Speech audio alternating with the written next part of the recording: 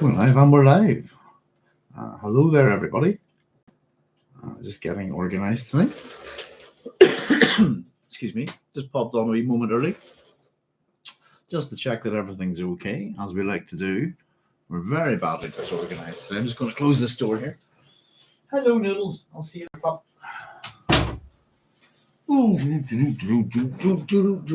Just coming up to 10 o'clock. There we are. And I don't seem to be able to. Okay.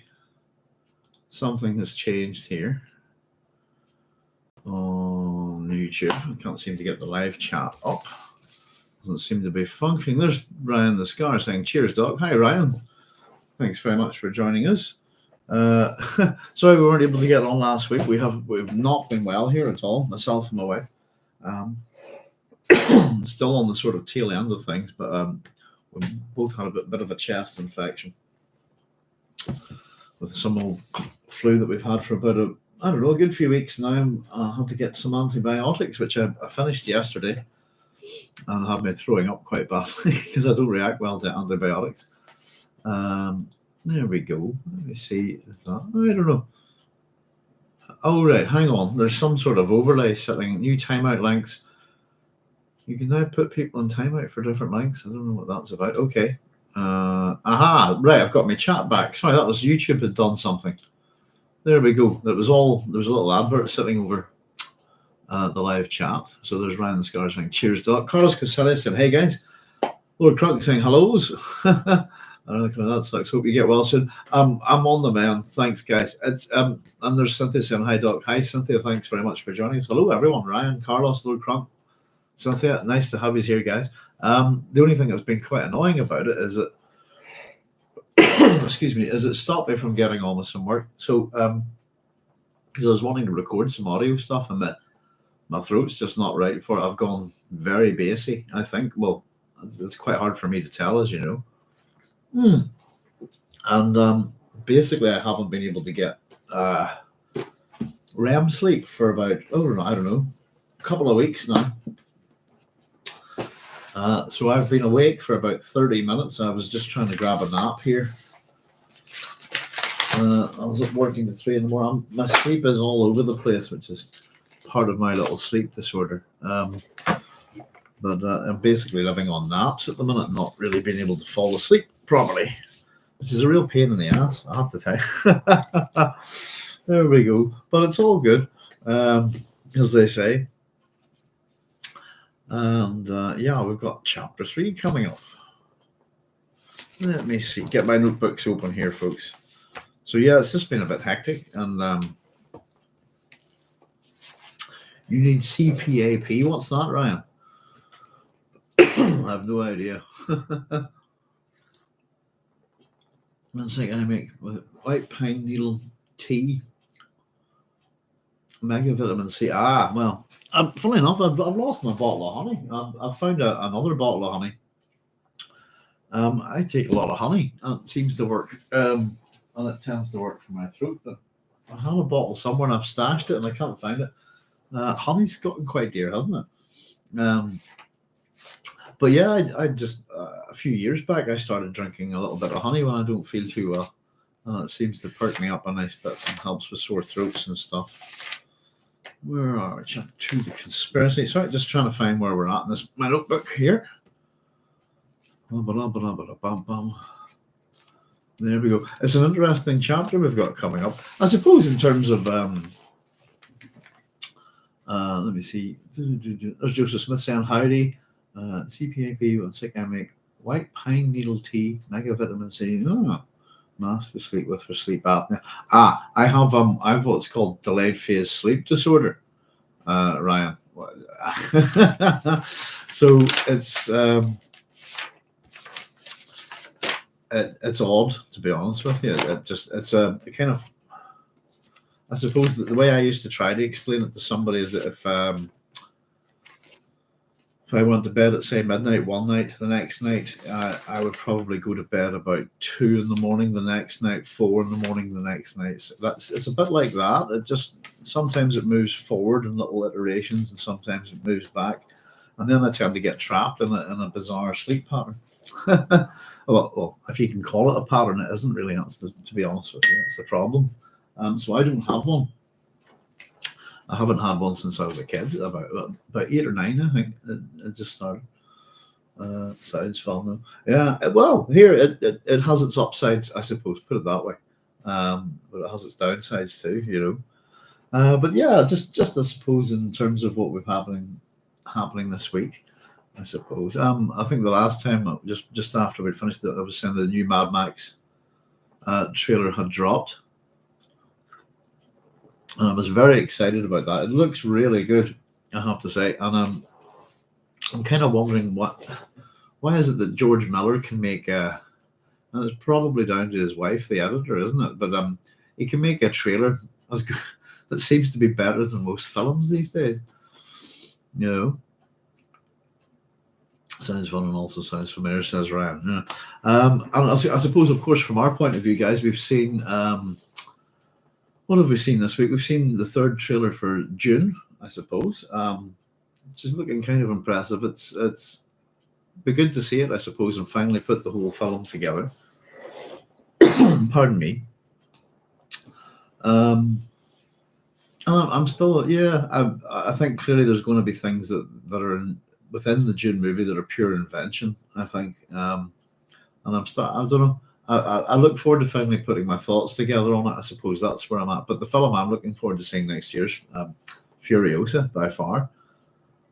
I have to say, it's sad to say I'm not that hyped for Dune, but I go woo at the Furiosa. If you know, I can't wait for that. There we go. Yeah, there's been a lot of hoo-ha. We'll have to do a wee science fiction show, won't we? General chat, and I suppose before we get going, I've been doing a little bit of research, and what I'm trying to do, well, I haven't been too well, is kind of do some research and get ready to do a bunch of writing. So hopefully, once I'm feeling better, a whole bunch of audiobooks, and I'm hoping to get about 5 or 6 different episodes written for the series.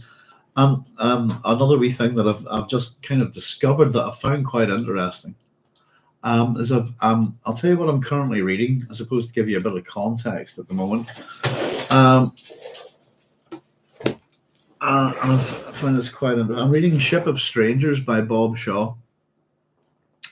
Who is one of the sort of little triumvirate of Northern Irish people that were into science fiction, and I've been learning a little bit about them, and I'm enjoying it so far. It's a lovely thin novel, and it kind of at the minute it's reminding me on the sort of Philip K. Dick stories like Beyond Lies the Wub. I'll let you know what I think of it, but I'm doing a little bit of research into Bob Shaw and James White, and I suppose their involvement in science fiction fandom. I've found a few little things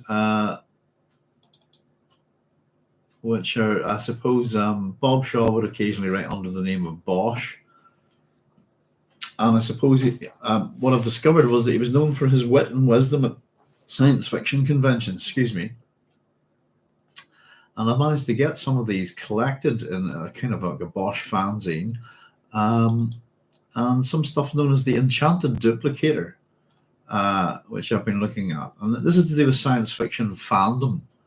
I think something that's all quite close to our hearts. If you want to do research on it, actually, you might find some stuff on YouTube, which has led me to some kind of stuff, some resources actually, and some of the stuff that they've done has been turned into the Enchanted Duplicator, the musical. So I'm going to take a wee look at that at some point, and hopefully share a little bit about, I suppose, the Northern Irish contingent of science fiction. We had 2 science fiction writers, I suppose, and 1 super fan, if you like. And we'd like to do a little program, but they're long gone, of course, and there's sort of people that moved out of Northern Ireland because of the Troubles.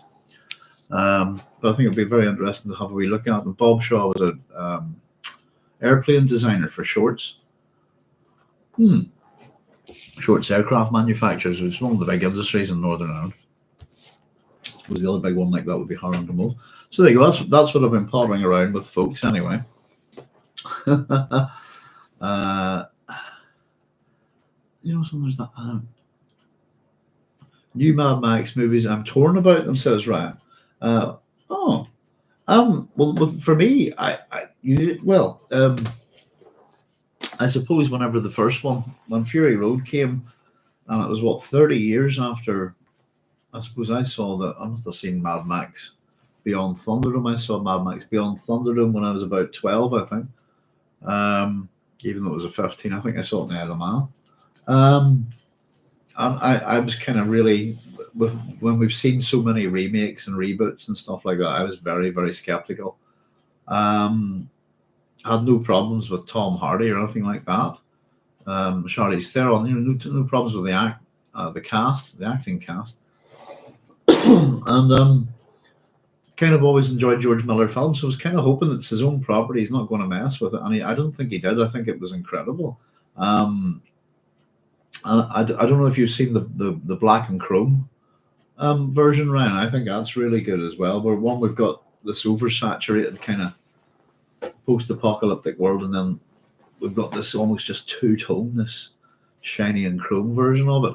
But I kind of look at it as if Fury Road's a bit like the Road Warrior redone. I think in a way, as if they had lots of money and and added everything that they've learned to it. But I think it's one of the greatest action films ever made. I love it, unreservedly, and it's not ruined the other three films for me in any way.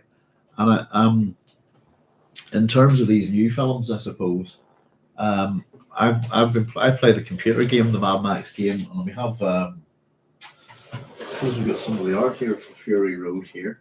I'm not really, don't often do this kind of fanboy stuff. But there's a comic book that goes with it. If I can see it, I don't think it's here. Let me put it in there with it. And I suppose between the Fury Road, the game, and the comic book, you get some of the extended stories that they had made enough stuff to make 3 movies. So Furiosa is going to be the prequel to Fury Road, and I imagine they're going to do a sequel to it. But certainly, I don't know. It looks epic. The fuel spec was too much for me. Oh, I know, isn't it? It's a bit, but it's. I thought Fury Road was an exquisitely beautiful film. Just in the cinema. So I've seen 2 Mad Max films in the cinema and 2 on video, I suppose, or on the small screen. But I thought it was beautiful. The colors and as usual with the Mad Max film, they drive all in one direction, turn around and go back again. But the fuel spitting was a bit too much. Yeah, it's very over the top, but you've got to make it epic, haven't you? And I think I thought the new trailer was incredible. I think it would probably do something to help Chris Hemsworth's career. I think give him something to get his teeth into. But it looks great, I have to say. I can see why Charlize Theron's chomping at the bit a bit for not reprising the role, if you know what I mean, because they're going with the young Furiosa. But it's a very iconic character, I think. And it reminds me, the whole Furiosa thing kind of reminds me on, I suppose, if we think about A Boy and His Dog and its influence on the post-apocalyptic genre, but where kind of George Miller's gone with Mad Max is in a similar vein to where Harlan Ellison went with A Boy and His Dog, if you see what I mean, with the character Spike. Furiosa, as a similar idea, I think. Yeah, I think it's a great film, works on so many levels. And love it. There's one we thought we'll have to get off this topic because we're on to the Dune Book Club, but the one thing I'd say is about it was it should have won Best Film at the Oscars. And I don't really hold much truck with the Oscars and haven't done for a long time. But I think, and somebody can correct me if I'm wrong, but no science fiction film has ever won Best Oscar or Best Film Oscar. For some reason, I thought that was a real shame that it picked up all the other accolades, and it clearly was the best film that year, But it's absolutely gorgeous. Well, here we are. Sorry, goodness gracious! As I said, nattering away, folks. I haven't even said hello to everybody. But if anybody's just joining us for the first time, hi, I'm Doc Sloan. Welcome to the Science Fiction Station here at the Doghouse. And we're about to get on with our Dune Book Club chapter 3, or the third chapter, with the, I suppose we're calling it that there isn't really chapters in it, but with the epigraphs that begin each chapter. This one is: every civilization must contend with an unconscious force which can block, betray, or countermand almost any conscious intention of the collectivity, which is a Thylaxu theorem unproven. Let's have a look. Every civilization must contend with an unconscious force which can block, betray, or countermand almost any conscious intention of the collectivity. I would agree with that, except for possibly the word unconscious. That would quite likely be so, but I would imagine it's also that we could easily use the word with a conscious force which can block, betray, or countermand almost any conscious intention of the collectivity. I'd say that's also true for individuals, that every individual must contend with this force which can block, betray, or countermand almost any conscious intention of the individual, if you like. So Thylaxu theorem, which is unproven. And I suppose within this chapter, we're going to. I found this chapter quite interesting. I think there's parts of this chapter very well written, parts of it not so much, and I'll point them out. Just where things don't flow quite so well. And following on from I suppose, the previous chapter where we've had a look at the conspiracy, we're now going to look at the two individuals who that conspiracy is aimed at. Within this chapter, I don't know what you think of it. I quite like it. There's still a bit of world, I was going to say not quite world building, but reinforcing the world of Arrakis with the reader, I think. And we're going to get to see, I suppose, in terms of the previous chapter, the verbal fencing, the hidden meanings within what people are saying, what they actually mean. We're going to get a bit more of this between Paul and Chani here, I think. And so there's this chapter is basically going to present a conversation, in a sense, between Paul and Chani. The meaning might not seem obvious, maybe it is. At the same time, then we're going to have a conversation within a conversation, which is slightly back in time, between Paul and Irulan. I suppose the interesting thing about this is we get to compare and contrast, I suppose, how the two women in Paul's life at this point, the two main women, are sort of vying for his, for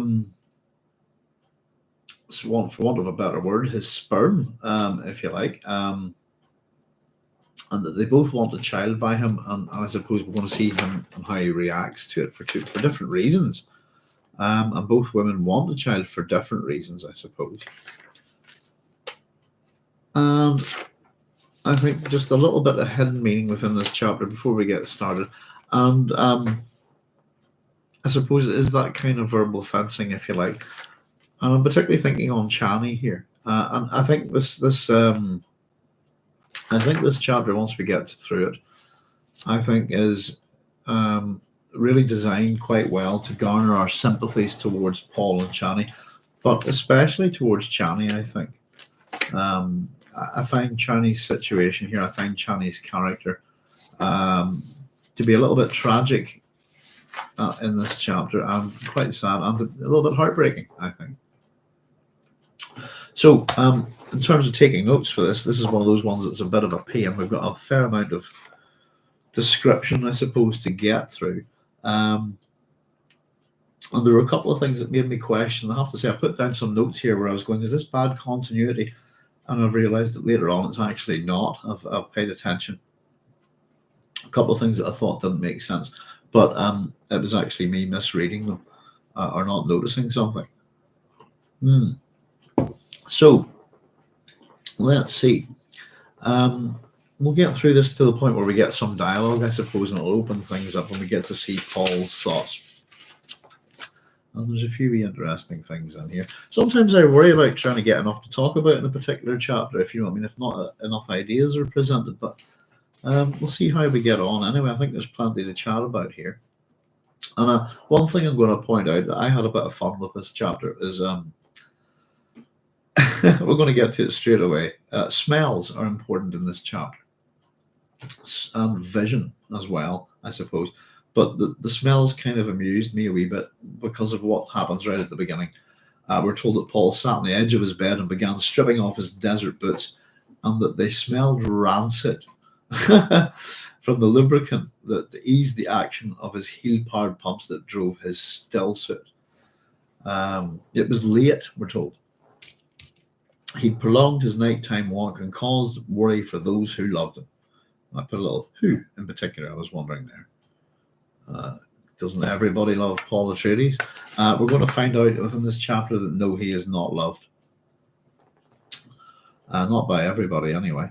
So admittedly, we're told that the walks were dangerous. So I just want to point out the smell of his feet. I think here would be pretty bad. And I by the end of the chapter, I think that rather... I have a story I could tell you about somebody and their feet as I used to travel. But we got put out of places because of this person's feet. So I sort of latched onto this, and I'm just thinking in a weird, amused way about Paul's rancid-smelling feet throughout the rest of this chapter. Does anybody wash them?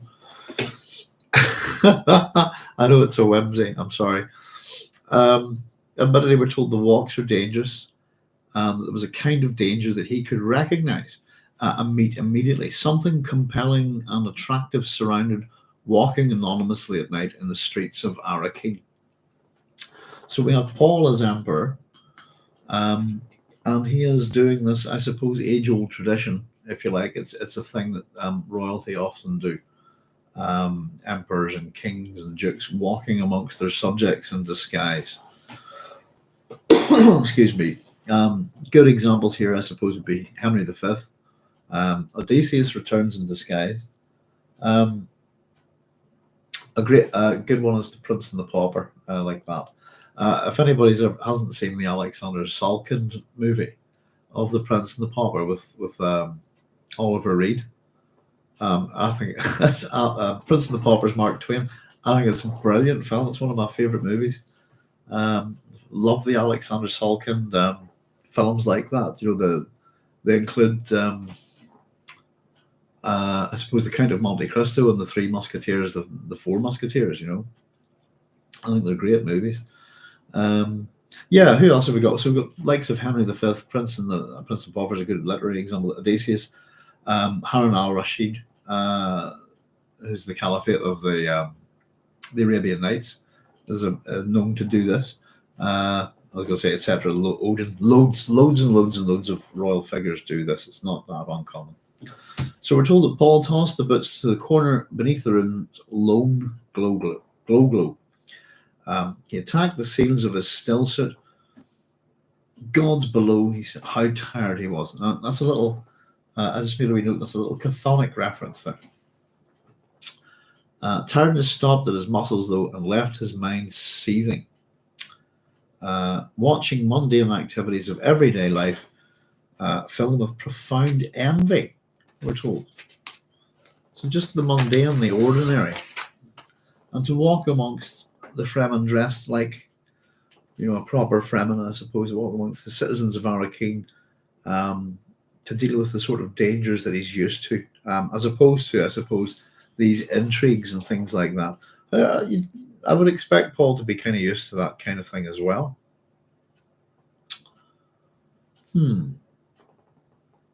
So most of that lameness, so basically disrobing this still suit. Pardon me, what have I written here? Dress memory. Most of that nameless flowing life outside the walls of this keep couldn't be shared by an emperor. But to walk down a public street without attracting attention, what a privilege. I forgot to add Augustus to that list, by the way. Augustus was known for doing that. Rather famously. It just popped into my head. What a privilege. Yeah, he envies, you know, watching people fulfill do the mundane activities of everyday life fills him with profound envy. Most of that nameless flowing like outside the walls of his keep couldn't be shared by an emperor, but to walk down a public street without attracting attention, what a privilege. To pass by the clamouring of mendicant pilgrims to hear a Fremen curse a shopkeeper, you have damp hands. Giving us a little bit of the flavour of Arrakeen, I suppose. Let me get it. As always, a Fremen insult gets something to do with moisture or water. You have damp hands.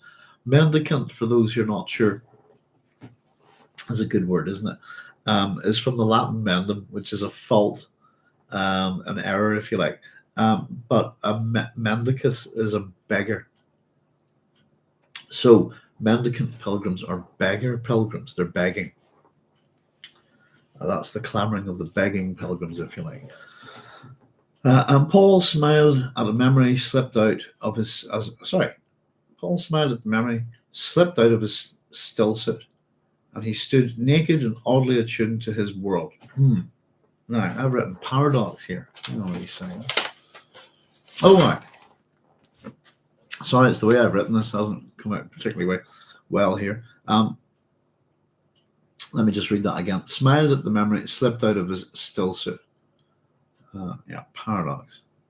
Stood naked and oddly attuned to his world. Dune was a world of paradox now. That's what I was after. Sorry, I've jumped ahead of myself. I've written it down just fine. And we were talking about ultimately, I think, with Herbert, paradox is a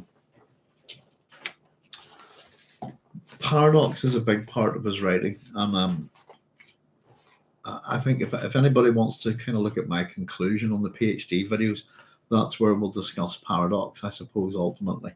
That he is a paradoxical writer and he enjoys using paradoxes. And they're very interesting things. We have Zeno's paradoxes in the ancient world. There's quite a few of them. And you'll find, I suppose, paradoxes, quite a few of them contained within, quite a number of interesting paradoxes contained within mythology. Which is quite interesting, ancient stories finding these things. And my favorite paradox, folks, is Laelaps and the Chimisian vixen. If anybody's not familiar with the story, Laelaps is the big dog, Canis Major. Essentially, these two animals tear Boeotia, ancient Boeotia, apart, chasing each other. Laelaps is a dog which is always destined to catch what it chases. And the Chimisian vixen is, I suppose, a fox, really. Sometimes a little dog, isn't it? But is always destined to evade what chases it. And there's your paradox. So one animal is set upon the other, and they cause lots of problems in ancient Greece. And eventually Zeus has to come down and Deus Ex Machina a bit and set them and turns them to stone and then sets them into the stars as the constellations, the big dog and the little dog, Canis Major and Canis Minor. The Lord Cronksing, lubricated foot and boots all day. Yikes! Yeah. It doesn't sound like a good idea at all, does it? As a person who wears boots, yeah. We used to live with this guy who had quite rancid feet, and I suppose the word is rancid. And we were on holiday once with him, but both in the UK and sort of asked to leave a shop in the UK for him. But we were driving through the Netherlands, and we were in a place I think it was called Breda, and we got fish and chips or something like that. But we were sitting outside, not inside, and they came out and asked us. The people started leaving, and they eventually the staff came out and asked us to leave. It was because of his feet; they were that bad. And we were driving from Amsterdam to Paris. That reminds me of something actually. We were driving from Amsterdam to Paris, made him wash his feet, put his socks and shoes in the boot. But there you go. Incidentally, I'm not sure if they're watching, but I promised I'd give a shout out to some people in France tonight. So just while I remember mentioning Paris, I'll say a big hello out there.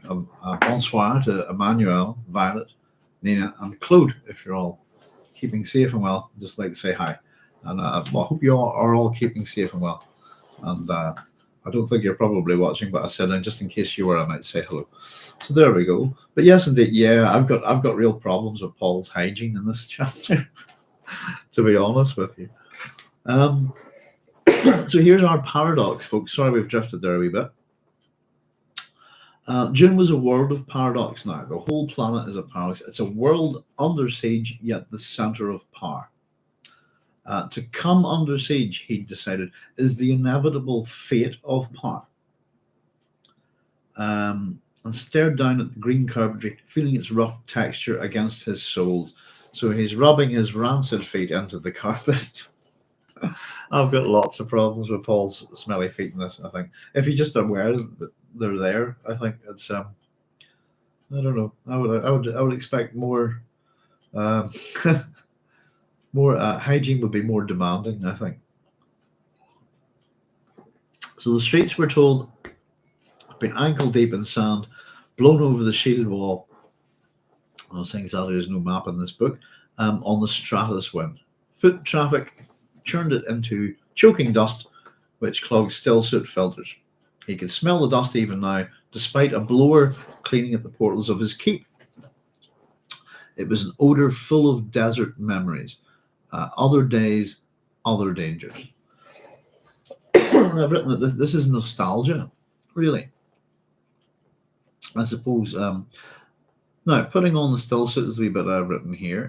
Compared to those other days, peril in his lonely walks remained minor. But putting on a still suit, so it's almost like us putting on Dune again, isn't it? He put on the desert, the suit, with apparatus for reclaiming his body's moisture, guided his thoughts in subtle ways, fixed his movements in a desert pattern. He became wild Fremen, more than a disguise. The suit made of him a stranger to his city self. In the still suit, abandoned security and put on the old skills of violence. So he's able to take off the security of the keep and the city of being an emperor, leave that behind, and put on his old skills of violence. Pilgrims and townsfolk passed him with eyes downcast. Then they left. They left the wild ones strictly alone, out of prudence. And if the desert had a face for city folk, it was a Fremen face, concealed by still suits, mouth, nose filters. Now, just to let you know here, this whole thing of the still suit here, if we want to consider this, putting the suit on, becoming, and it's in a kind of way, the details that we have when we're talking about the still suit quite a lot here, and it's as he's taking it off, I suppose we're remembering, he's thinking this idea of putting it on is, if we consider this section, the little section, it's also similar to the second skin, if you like, of Leto the second, the still suit being a second skin. And I just wanted to point out that a lot of this stuff with Frank, the idea of these second skins is what we call this, the idea of the Muad'Dib. Let me just write it down for you. Muad'Dib. There we go. And there's a bunch of stuff on this, and there's a paper by, hang on, the Muad'Dib of Leto the second. Is a very interesting. Oh, let me just see. Is it online? Marino, yes, there it is. Where can we get you? Excellent. There's a link. This is a really good article by Marino L. Zender. Not sure if I'm pronouncing that correctly. There we go. So that's my tummy rumbling in the distance. Paste. There we are. If anybody would like to read it, that is the Muad'Dib of Leto Atreides. The Muad'Dib of Leto II in Herbert's Atreides saga by Marie Noelle Zinder is an excellent article and examines that character in particular in regards to the work of this idea. Goodness, what's his name? Which is by D.A. Anzu. Isn't that correct? I haven't written it down. Thierry Yanzi, who's a French psychoanalyst, I suppose. So it's very interesting, the idea of the second skin. There's some stuff on it in my videos, but basically I'm just sort of discussing Marie Noelle Zinder's work in relation to Leto II. But if anybody wants to check that article out, it's very worth reading. Nice to see an academic making this stuff available online. So there we go. Yeah, very much get that. The second skin, the transformation that it gives Paul. And in many ways, I suppose, as much as we're talking about the psychotic family novel within the ideas of Dune Messiah, etc. I think quite a lot of it comes across here in Dune Messiah. This gives another aspect to Paul's character, and if we consider him almost to be a multi-personality type individual, if you like. The way I start to look at Paul, almost in a schizophrenic way, that there's Paul, there's Muad'Dib, there's Usul, and they're not the same person. If you see what I mean. As much as we have a city self, I suppose we talked a wee bit about this before, actually, that the very last kind of, if we think about the animals that we might find in fables and the aspects that Paul takes on of these characters, that ultimately, I think towards the end of Dune, we have that Paul has gone from being the mouse to the lion, if you see what I mean, with being different. He takes on the aspects of different animals. This is about town mouse and country mouse again, but it's the shedding of the city life, if you like, the city form. By putting on the suit, he sheds. How do we put it? That kind of city mentality. He's no, and becomes a wild Fremen again. Ultimately, whenever we get there, regardless of how Paul looks at things, the major criticism that we'll get of Paul Atreides from Leto II is that he is not a Fremen. Regardless of what he tells you, Leto certainly doesn't see his father as being a Fremen. The Sietch was a place filled with body odors, so this practice of removing the suit right near the bed and setting in for coffee sounds very Fremen. Chani may feel more comfortable with this. Oh, I'm totally aware of that. I got that. I've been having fun with it, Cynthia. I get a bit silly sometimes. Very much the smells of Sietch life, the odors of the Fremen, etc. The ideas of the still suit and everything about them would make them a rather smelly bunch of individuals. But I'll tell you where I was coming from, actually. Something genuinely, I thought, as much as we get the practice of, we're going to see Chani rubbing his legs, and I suppose maybe it's to do with water, but I would have thought washing your feet would have made sense. Would have been Chani, and again, it's probably to do with water in this book. But if I've been in the sand all day, not that it happens very often, I would like to wash my feet and get all the sand off them. But it was more to do with the smell. And as much as I totally understand. It's a whimsy. I'm being silly with this, but it's not really sort of a part of the story. But I'll just point out by the end of the story, by the end of this chapter, nobody's washed his feet. And it depends on how we feel about smells like that. But as I said, I've travelled with an individual who had rancid feet. I've been asked to leave, even sitting outside of places.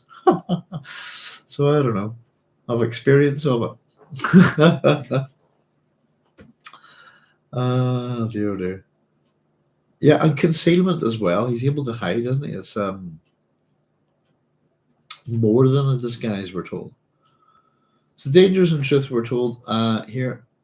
The only small danger would be somebody from the old days might mark him by his walk, for example, by his odor. We're just that's Paul Atreides, yeah. It's personal smells, I suppose. By his eye. Even then, chance of meeting an enemy remains small.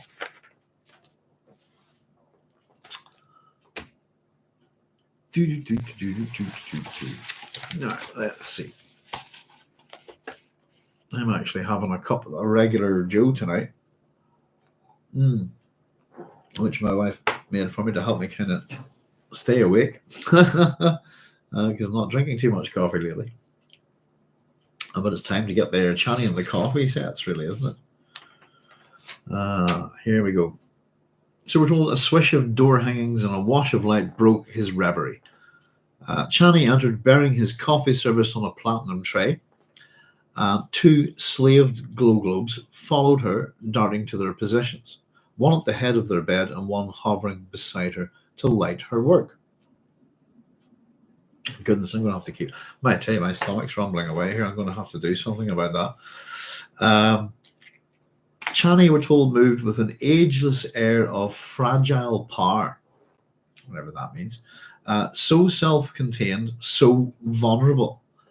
Something about the way she bent over the coffee service reminded him then of their first days. It's more nostalgia. Her features remained darkly elfin, seemingly unmarked by their years, unless one examined the outer corners of her whiteless eyes. Pardon me, noting the lines there,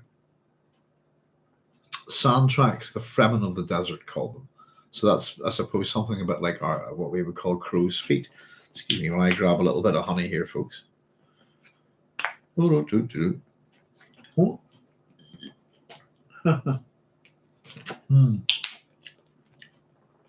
Not my regular honey. It tastes a bit, what's the word, treaclish.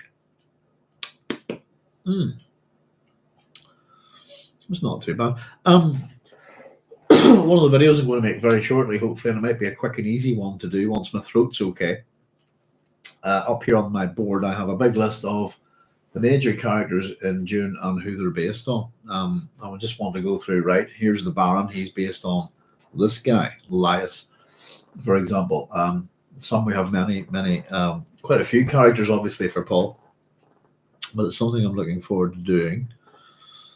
But Chani, as I make a wee note here, for anybody who hasn't read Lord Dunsany's The King of Elfland's Daughter, there's a lot of Chani, I think. The descriptions of her, always this elfin thing, and the nature of her character, I think, and ultimately where we take Chani's character, I think, is tragic. I think it's there's something of that character within her. So and she's always referred to as dark, elfin, which to me would be very, very sort of thin, angular. If we don't go with tall, depends on what kind of elves you have in your society. So the coffee service, steam wafted from the pot as she lifted the lid by its Hagar emerald knob. That's an interesting term. Hagar is the slave of Sarah, who's given to Abraham his wife, and the mother of Ishmael. Any other Hagar I know is Hagar the Horrible. I don't know if anybody knows Hagar the Horrible, the little syndicated cartoon strip. I used to love reading it. I thought it was great. In fact, yeah, I nearly got into bother once in Liverpool. When I got a job in Liverpool, a long time ago when I was a student. So, hang on, put that over there. Get the smoke out the road. And I was working in a call centre selling insurance. So I had the newspaper there, and I bought the Sun newspaper only for Hagar the Horrible. It didn't cost much in Liverpool. I thought, why not? Quite like the funny. I literally wouldn't bother reading, for anything else. I used to cut them out. And it got a lot of grief from people one day in work for reading. Why are you reading that? You scum! This kind of thing, which got quite a harsh response from me. You do not tell me what to read. This kind of thing. Would you like to come over here and try this? So it turned out that there's people going, "Oh, don't get angry at him. He doesn't know." And I'm going, "What are you talking about? What's going on?" And I explained that I only buy the paper for the funnies, if you see what I mean. And of course, the Sun newspaper is absolutely hated and loathed in Liverpool, and it's all to do with Is it the Hillsborough disaster and various things like that, and the way the papers have covered things and all sorts of stuff. But yeah, that is extremely unpopular newspaper in Liverpool, and that's how I found that out. No, sorry, that was a wee quick Hagar the Horrible. I haven't read a Hagar the Horrible in years. I wonder. I would love to get a wee collected edition of them or something. Well, wee 3-panel funnies. Love them. Excuse me. Coffee is quite important. I think I have the little book of science fiction and fantasy lists. It has a lovely section on coffee. And it's restorative powers. But I think within the list it's Lady Jessica and her coffee set that's of particular note. This is a little bit interesting here. Steam wafted from the pot as she lifted the lid by its Hagar emerald knob. He could tell the coffee wasn't ready by the way she replaced the lid. The pot, we're told, had fluting silver, female shape, pregnant, had come to him as a Ganima, a spoil of battle won when he'd slain its former owner, in single combat. This is Janus. Here we go. Now, let me just find my notes. I think this is kind of funny. We've got an interesting word here, Ganima, which we've heard before, and is quite an important word within the Dune series. Excuse me. Ganima is, of course, going to be a major character in the Dune series, and then one of the ones that's actually peters out a bit. Just from, possibly we've discussed this before, but from Kaladin Bahildon's website, Ganima is something acquired in battle or single combat, commonly a memento of combat, kept only to stir the memory. Ganima in Arabic comes from the root G. I'll just spell out this GH-N-M, Ganima, which means to win, to gain. Many proper Arabic names use this root as in Ganim, Ganam. If pronounced with a long I vowel, Ganima could mean war booty. With a short I sound, Ganima, it would mean one who gained. There we go. Quite interesting that. And as of course, it's going to be quite important, but a spoil of war, if you like, something that's gained. And here we go, Janus. That had been the man's name. Janus. What an odd immortality death had earned for Janus. Knowing death to be inevitable, had Janus carried that particular one in his mind? Now, this is the bit where I just went, that's bad writing. I don't think that flows well. And it's simply the, how would I put it? It's almost a syntax problem, isn't it? But it's that sentence has lost the I suppose the point of what we're talking about. Carried that particular one in his mind. I've just written that's awful. It's not clear at all. What does he mean here? I'm pretty sure he means the coffee set, and I've written coffee set. I think so. It also says, Janus, that had been the man's name. I suppose the idea that Janus is the first person that Paul kills is not true. We know he kills somebody else prior to that with his toe. And it's interesting that they notice that Jeff isn't mentioned. Poor old Jeff. But yeah, it's just not great. A little Janus, that had been the man's name. Janus, what an odd immortality death had earned for Janus. Knowing death to be inevitable, had Janus carried that particular coffee set in his mind? I don't know, that particular one in his mind. I think it's a really vague piece of writing, and it doesn't work, and it doesn't make sense to me. And I'm open to suggestions, folks. That particular spoil of war, is that what he's carried? Janus would have probably inherited I think the coffee set from Jeff, who was the person that he killed. If you see what I mean, there's a little chain of violence there. And it's an odd little thing. Chani, we're told, put out the cups, blue pottery, squatting like attendants beneath the immense pot. There were 3 cups, we're told, one for each drinker, Chani and Paul, and one for all of the former owners. And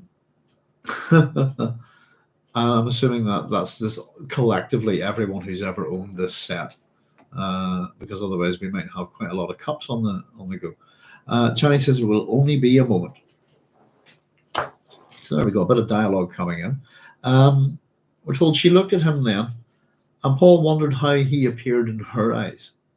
Was he yet the exotic off-worlder, slim and wiry but water-fat when compared to Fremen? Had he remained the Usul of his tribal name, who'd taken her in Fremen Tau, while they'd been fugitives in the desert? Tau being the Fremen way, if you like. So it's interesting how, I suppose, Paul's wondering how she sees him, but you're getting a little bit of a sense of how Paul sees himself compared to the Fremen, if that's the case. Slim and wiry, but water fat. How did he remain the Usul of his tribal name? It's a good question. So Paul stared down at his own body, hard muscles, slender, a few more scars, but essentially the same despite 12 years as an emperor. So we're reinforcing the time distance, I suppose, from the first book here, just to get us used to it. We'll do it a few times here. Looking up, he glimpsed his face in a shelf mirror, the blue Fremen eyes, mark of spice addiction, sharp Atreides nose. He looked the proper grandson for an Atreides who died in the bull ring, creating a spectacle for his people. Not quite sure what that means. He looked the proper grandson for an Atreides who died in the bull ring. Fair enough. This idea that he's reminiscent of his grandfather that we'd had in Dune. And I suppose, was it Thufir that pointed out we weren't too sure which grandfather he was talking about, but definitely the sense, it was more of a suggestion it was both of them, wasn't it? That there's a part of the old Duke who died fighting the bull in the ring within Paul, but very much of a hint of the Baron Harkonnen within him as well. And I suppose we get this description of Paul because we're going to get reminded of some of his grandfather's words here. Something the old man had said slipped then into Paul's mind. And I'm wondering, is this Adab the demanding memory? Here we go. This is interesting. One who rules assumes irrevocable responsibility for the ruled. You're a husbandman.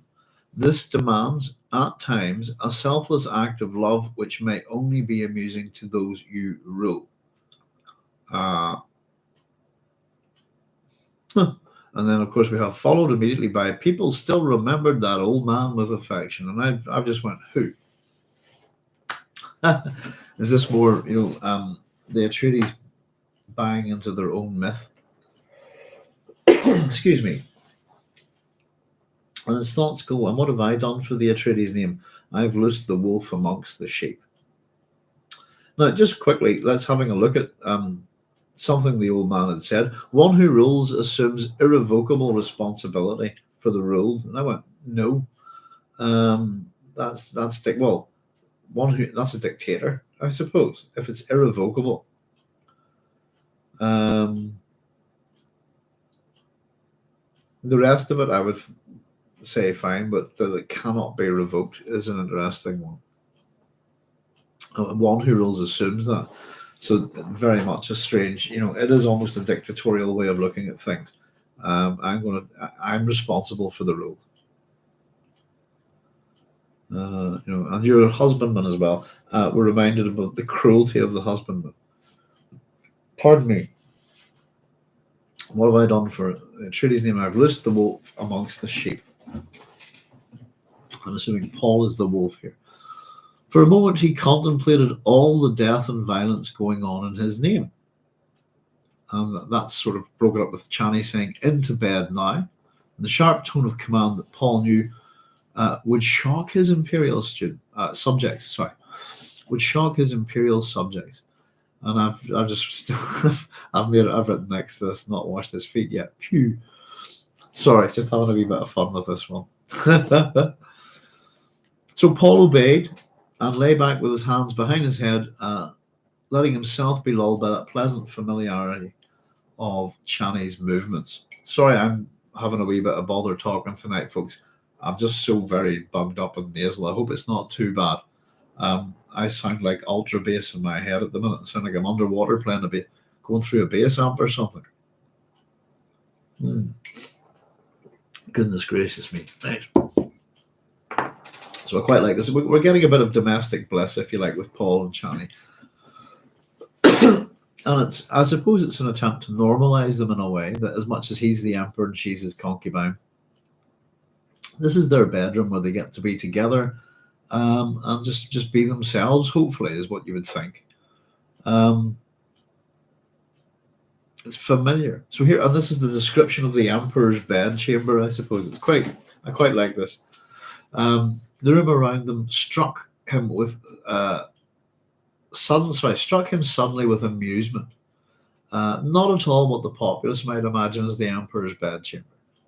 The yellow light of the restless glow globes moved the shadows in an array of coloured glass jars on a shelf behind Chani. Paul named their contents silently. Dry ingredients of the desert pharmacopoeia. A pharmacy of plenty. Unguents, incense, mementos, a pinch of sand from Sich Tabar, a lock of hair from their firstborn, long dead. And this is little Leto, baby Leto, 12 years dead, an innocent bystander in the battle that had made Paul emperor. So a little reminder of the loss of Leto. And another reminder, of course, I'm going to have to go blow my nose in a wee second, folks. Lord Croc saying that you sound mostly it. Okay, that's okay. I'm going to have to blow my nose. I'm very bunged up. It's just another reminder there that that Leto is dead. I suppose a reinforcement of the fact that we've just put a wee thingy and there's our engines in there. A reinforcement of the fact that Paul becoming emperor has come at a very, very high cost. Right, I'll be back in 1 wee second, folks. I'm just going to go grab something to blow my nose with. I thought I had some tissues here. Give me a couple of seconds.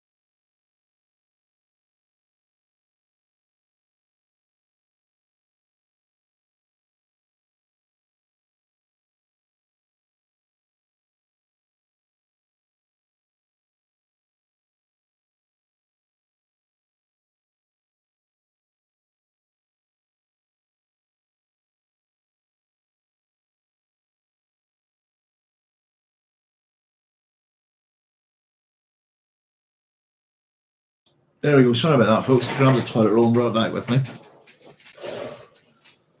Oh dear. Give me some of that old Vicks Sinex or something like that. Hey-ho.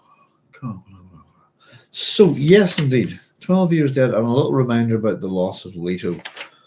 And another reinforcement of the 12-year time period. There we go. Let's put that there. Coffee. That's what I've called them. I expect my notes. The rich odor of spiced coffee filled the room. Paul inhaled. And I've written down next to that, thank God, cover up his feet. I've got to stop that, haven't I? Paul inhaled, glanced his glance falling on a yellow bowl beside the tray where Chani was preparing coffee. Um, Hang on a second. The bowl held ground nuts. Huh. That's my terrible handwriting. I've written down bold. That should be bowl. There we go. Right. The inevitable poison snooper, mounted beneath the table, waved its insect arms over the food. The snooper angered him. They never needed snoopers in the desert days. I suppose the main emotion that we'll see invoked with Paul in this chapter is anger. This is what makes him angry. We're going to see Chani keep sort of, I suppose, asking after his anger. I suppose his anger seems to be a thing that's about. But he's angry at the poison snooper. So yes, indeed, as an Atreides on Caladan, they've had to live with these things all the time. And they were not necessary within Siege life, I suppose, with the Fremen, which is one of the freedoms of that kind of life. But within the Empire, I suppose nobody really eats or drinks without one of these machines. And it angers him, the need for it. And so he was wondered about the anger because, especially with the nostalgia here in this chapter, he would have been completely used to them, for the first 15 years of his life. Coffee's ready, says Chani. Are you hungry? His angry denial drowned in the whistling scream of a spice lighter hurling itself spaceward from the field outside Arrakeen. So we can just imagine the spaceship taking off. Coffee's ready. Are you hungry? And the noise from this drowns out his angry denial. So he's not hungry. And here we go. Chani saw his anger. If we just remember the anger, by the way, just in terms of as we move through, we'll think about it as we go towards the end of this chapter as well. Excuse me. So she poured their coffee and put a cup near hand. And she sat down on the foot of the bed, exposed his legs, and began rubbing them where muscles were knotted from walking in the stillsuit. Softly, with a casual air that did not deceive him, she said. So this is where things start to get going in this chapter a wee bit. And we've had a lot of, I suppose, building up this discussion. And the sense of, Paul being in disguise, taking the suit off, becoming the city person again, I suppose. Let us discuss Irulan's desire for a child. Paul's eyes snapped wide open. That's the way I kind of drew it at the bottom there. Just, that response. So Irulan's desire for a child. And he studied Chani carefully. Paul says this. Irulan's been back from Wallach less than 2 days. Has she been at you already? Chani says that we've not discussed her frustrations. Now, this bit, Paul, we're told, forced his mind to mental alertness and examined Chani in the harsh light of observational minutiae, the Bene Gesserit way. His mother taught him the Bene Gesserit way, his mother taught him in violation of her vows. We're told, and this is interesting, we're told it was a thing that he didn't like doing with Chani. And I've written, yet. Wait for it. We're told part of her hold on him lay in the fact he so seldom needed his tension-building powers with her. So it's a thing he doesn't like doing, but we're told he seldom does it. That means he does it. And we're about to see that, I suppose. Chani mostly avoided indiscreet questions. She maintained a Fremen sense of good manners, hers more often practical questions. What interested Chani, we're told, were facts which bore on the position of her man, his strength in council, loyalty of his legions, the abilities and talents of his allies. Her memory, we're told, held catalogues of names and cross-index details, could rattle off weaknesses of every known enemy potential dispositions of opposing forces, battle plans of their military leaders, the tooling and production capacities of basic industries. And I think I've written next to this is Paul's opinion on Chani. Is it true, or is he wearing blinkers?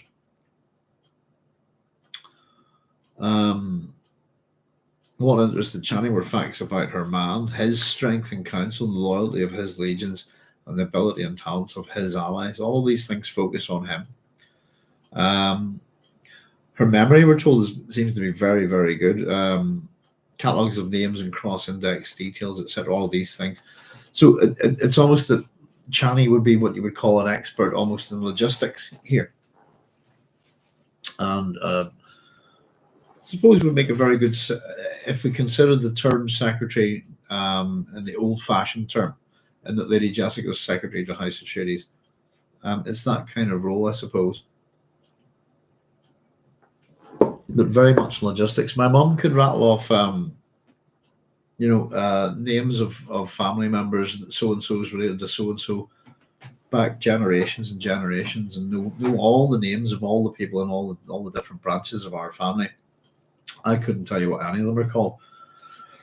I can remember all sorts of things. I have a really bad memory for people's names. Appalling memory for people's names, I have to say. That doesn't serve me well, but I've discovered a lot of people have that problem too. I'm very good at faces and things like that. I'll not forget a face, but I'm very bad at remembering names. I need to meet someone 4 or 5 times before I'll kind of store their name in my memory. Now, Paul's thoughts here. Why now did she ask about Irulan? I think that's kind of silly. The timing of it is that she's just landed back. I suppose that's why. And she, if you see what I mean, it doesn't make sense to ask why now, especially when she's just arrived back. But it is something we're going to have to ask about this in relation to this pregnancy, or the 2 desired pregnancies that we're going to be discussing in this chapter. And so I suppose the timing of it all, and what's been done to Chani by Irulan, that she's been poisoned with a contraceptive, preventing her from getting pregnant.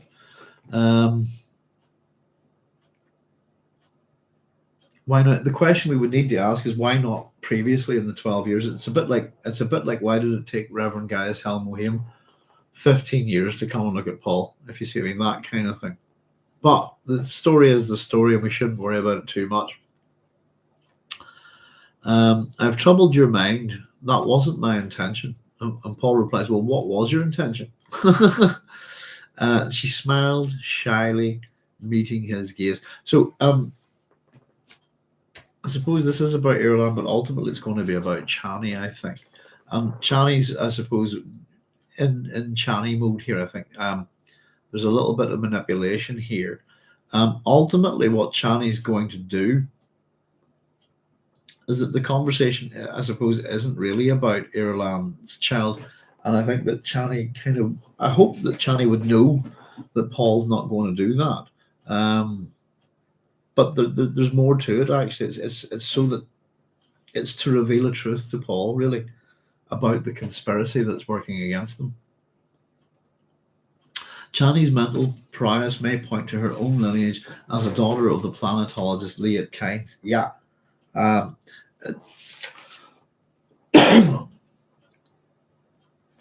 Catalogs of names, cross-index details.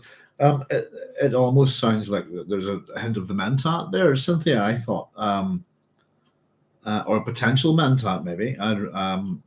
Could rattle off a weakness. It seems to be a kind of memory that's able to file and store things. Potential dispositions. Yeah, theoretical military stuff, logistical, and catalogs of names and cross-index details. In an empire of 1,000 worlds or so, in all these different houses, I'd imagine it'd be no mean feat. And I suppose whenever we get through this, what Chani's saying, what she's what Chani wants. I think at the conclusion of the chapter is a different thing, but this conversation that's moving forward now isn't really about Irulan's baby. It's we'll get there, but it's she's trying to show Paul something subtly, I think. And maybe he's not getting it too quickly, but what is your intention? She's not, I've troubled your mind, that's not my intention. I believe it is her intention here. And he says, well, what was it then?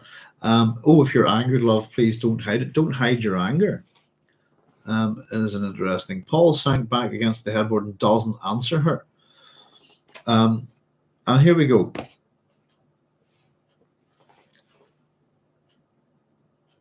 Shall I put her away?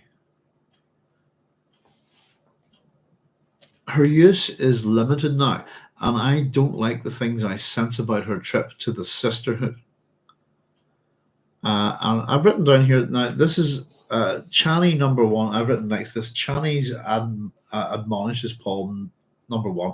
We're going to see her do it a few times here. Shall I put her away? Her response to this is, you will not put her away. Pardon me. In looking at what Paul just said there, by the way, shall I put her away? Her use is limited now, and I don't like the things I sense about her trip to the sisterhood. As much as he says her, he's describing her like a tool, something I can put away. His behavior, that's not a very nice thing to say. Should just get rid of her. That's a thread that we can follow on with it in this chapter. Chani says, you'll not put her away, and went on massaging his legs. She spoke matter-of-factly. You've said many times she's your contact with our enemies, that you can read their plans through her actions. Paul replied, well, then why ask about her desire for a child? She says, I think it disconcert our enemies and put Irulan in a vulnerable position should you make her pregnant. Now, Paul read by the movement of her hands on his legs what that statement had cost her. A lump rose in his throat. So this is heartbreaking for her to say, I think, is the best way that we can look at it. It's a very hard thing.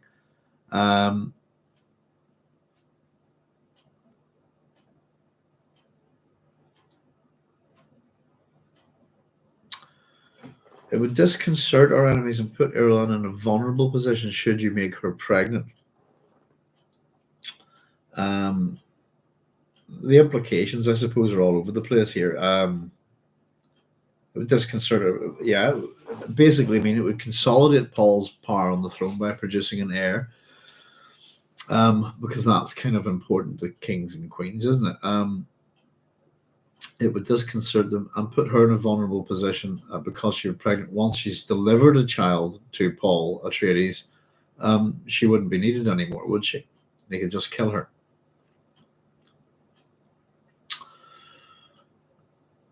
And here, of course, we know what Paul says at the end of Dune, you know, that I'll never share this woman's bed, she'll have no child of mine, this kind of thing. It's Chani that is the real love of his life. Paul says, Chani, beloved, just to remind us that, Chani, beloved, I swore an oath never to take her into my bed. And that's an absolute. A child would give her too much power. Would you have her displace you? So it kind of, as much as it would work one way, it would also work against Chani. And the point of this is Chani's response here is, I have no place. I've got no place in your court. I've got no role. I'm your concubine. I should be a mother of the heir to the empire, basically, I suppose, if you want to put it that way. A child would, now just where it says, a child would give her too much power, I've written next to that, surely Chani knows this. After what we've just read, in Paul's description of Chani and what she's capable, how her mind works, she would be aware of this. And I've written next to this, is she forcing the issue to make him confront it, to see what he does?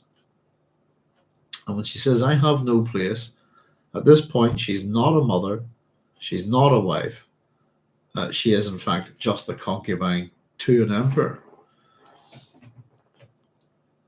And Paul says, not so, Sahaya, my desert springtime.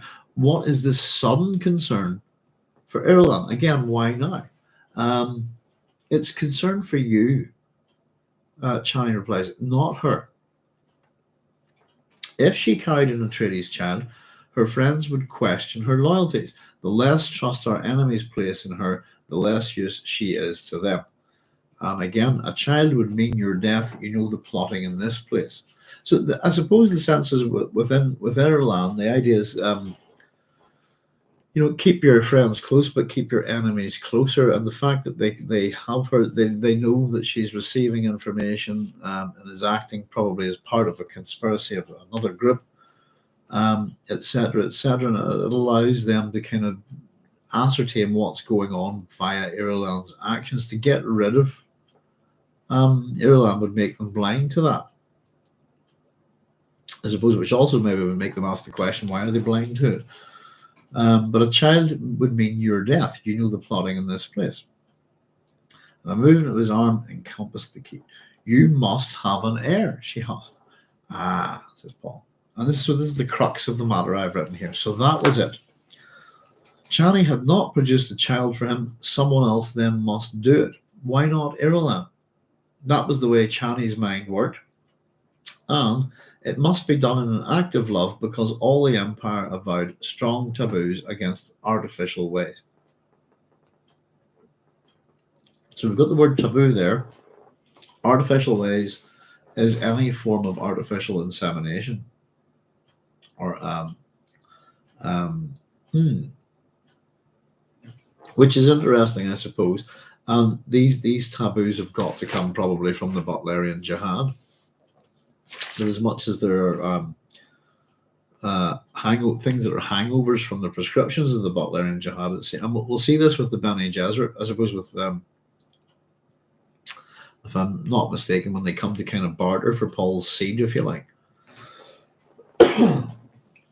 Strong taboos. So it's not that he can't just, here's sperm, artificially do it and get her pregnant. As they put it here, it has to be done in an act of love. So out of this, we're told that Chani had come to a Fremen decision. And I've written next to this, is Paul wrong here? Is he reading her wrong here? Paul studied her face in the new light.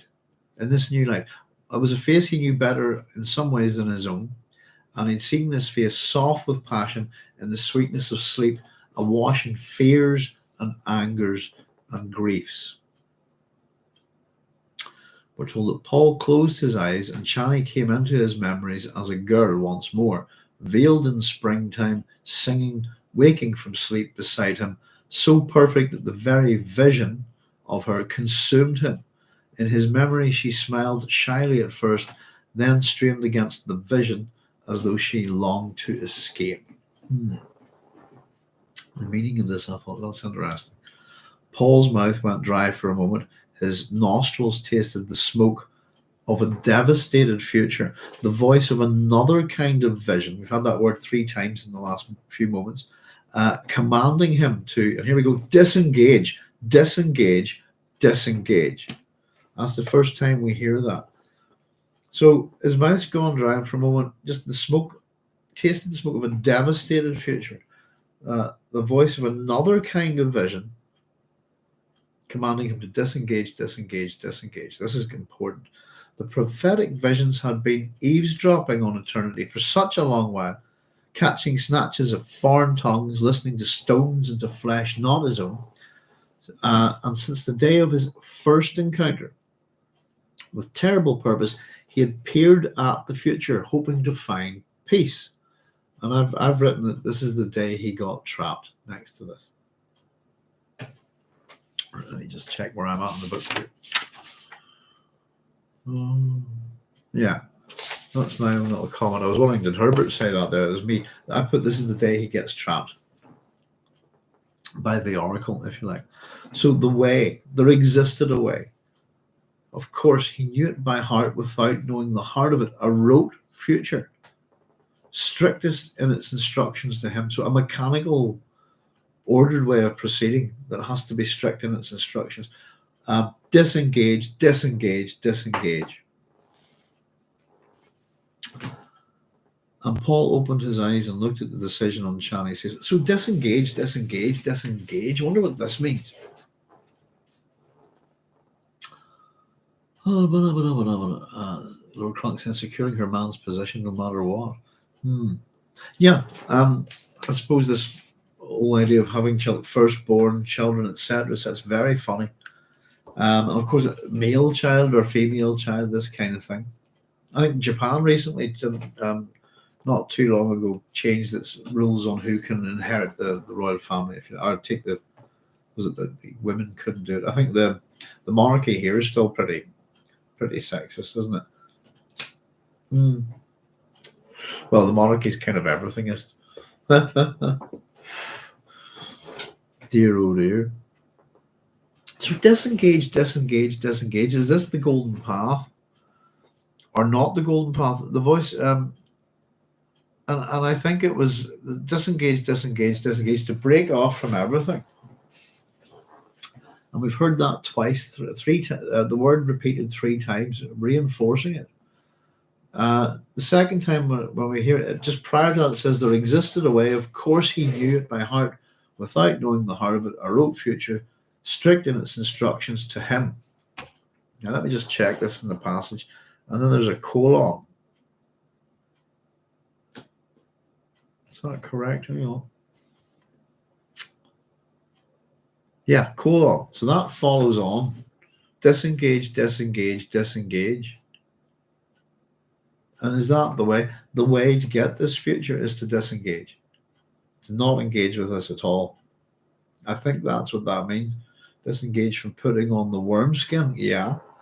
Disengage from the golden path is what I've actually scribbled down. Golden path ?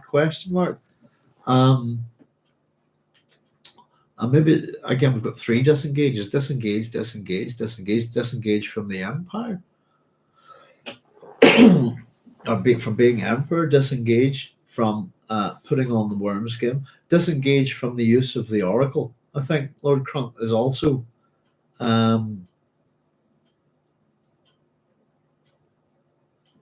because we're just above this, we're talking about since the day his first encounter with the terrible purpose.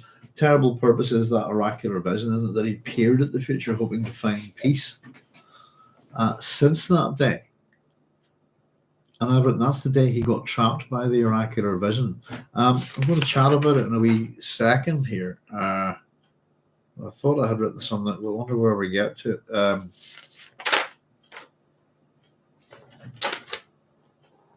I thought I had written down, wanted to discuss the Ring of Gyges here in relation to the Oracle here. It's interesting. Disengage, disengage, disengage.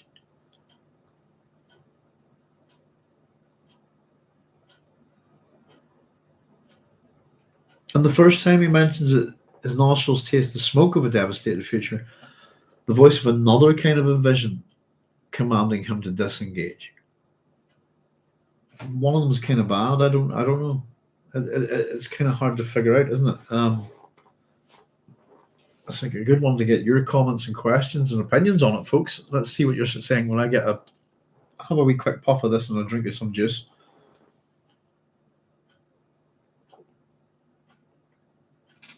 Carlos says maybe it was a remnant of the Bene Gesserit training, warning him of the danger of emotion. That's a good point, Carlos. I think the thing that he's looking for here is a happy life with Chani. Does that make sense? I think there's 2 possibilities that he could go. One is the golden path, the way to get mankind through this, to avoid the jihad, all of this stuff. The other is just to be Paul and Chani, I think, isn't it, really? One of them is disengage, disengage, disengage. It's kind of hard to figure out which one it is. So this is when Chani says, I have no place. She is also pointing to a kind of disengagement. Yeah. Yeah. I don't know.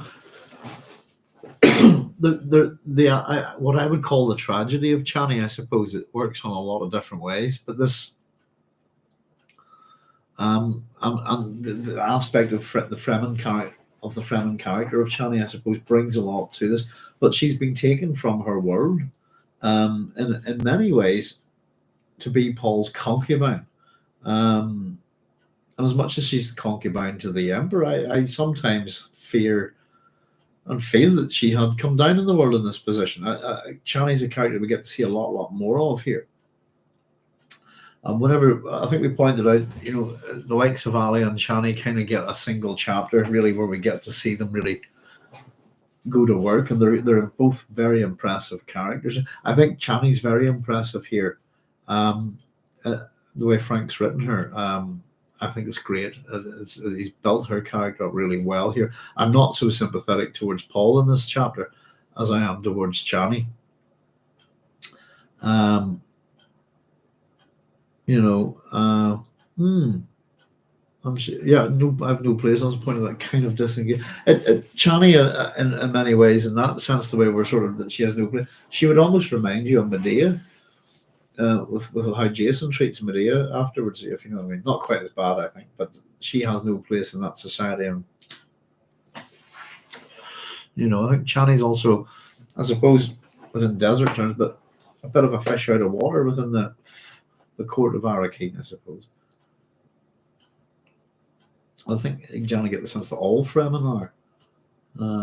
There's Frank Red saying, "Hi all, just finished work. This chapter for that matter. Hope everyone's well. Thanks for joining us, Frank. I didn't get on last week because I haven't been too well, but I'm not too bad at the minute. I've finished my medicines and my antibiotics. I hate antibiotics. Make me sick as a pig. Sick as a parrot, sorry." But yeah, my throat hadn't been good, so sorry, folks. Don't do the social media anymore. But as Cynthia was pointing out, I was just saying that thanks for giving a bit of a heads up, a few days in notice with the book club. I'll try to find a good way of working with this, and I'm I suppose a sort of road to hell's paved with good intentions kind of guy, but I forget sometimes that I have limitations and that I can get sick and stuff like that. I find it quite annoying. My wife would tell you I'm very bad at realizing that I'm sick. I just want to keep going. But yeah, I'm hoping everybody's good, but I'm feeling a bit better. So apologies for last week, but I'm trying hopefully to get us on once a week. But if not, I'm not going to freak out about it. And I think what we'll do is we'll stick to this Thursday at 10 p.m. thing is the thing that I find easiest to do, I suppose. So I'm going to try and stick to that from now and give us a wee bit of structure if we can. I might do, and I'll just let you know, folks. I'll probably do. I've set up on Patreon now. If anyone wants to patronize the station, and I'm going to be setting up a wee membership thing within YouTube as well. But not that I'm going to neglect my subscribers or anything like that. But I'm hoping to do a couple of wee things for just science fiction-y outside of the book club, and maybe over Christmas and New Year. So if anybody's not up to much on Christmas Day, I might be doing a wee bit of a pop on and do something possibly for New Year as well. And then I think at the start of the year, something I've been wanting to do is I'd like to do a wee show for World Science Fiction Day, which I think is generally at the start of January. But there we go. There's Rolando Sala saying howdy. Howdy, Rolando. Good to see you, sir. Thanks for joining us. Yeah. So we're just having a little bit of discussion about the possible futures here that Paul can see, and this particular future where he's been another kind of vision commands him to disengage. One is the jihad, I think, and one is the happy life with Chani, I think.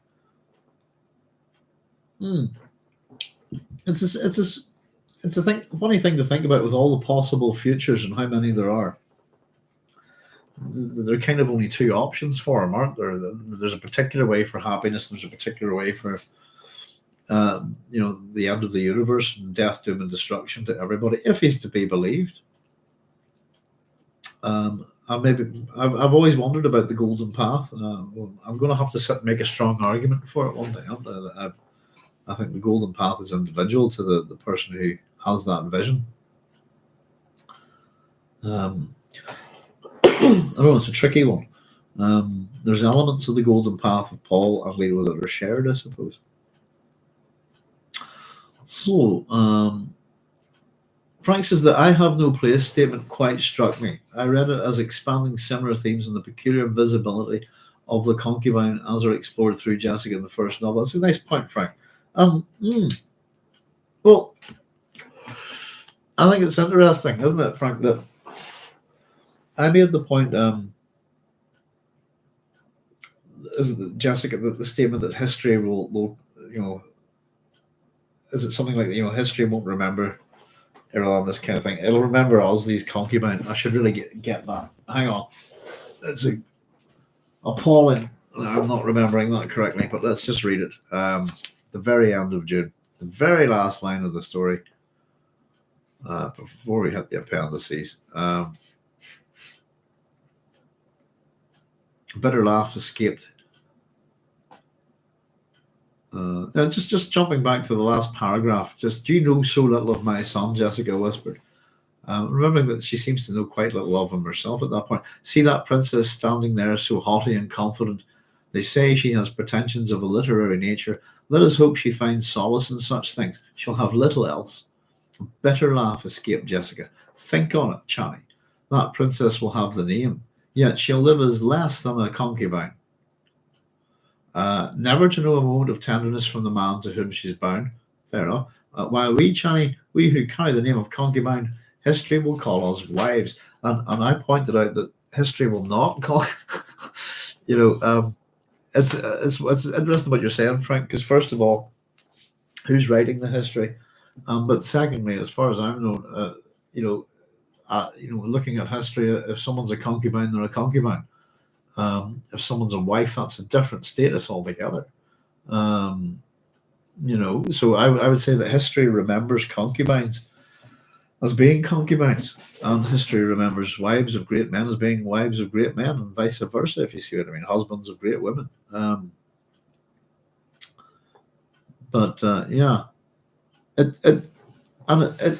did remind me of Medea a little.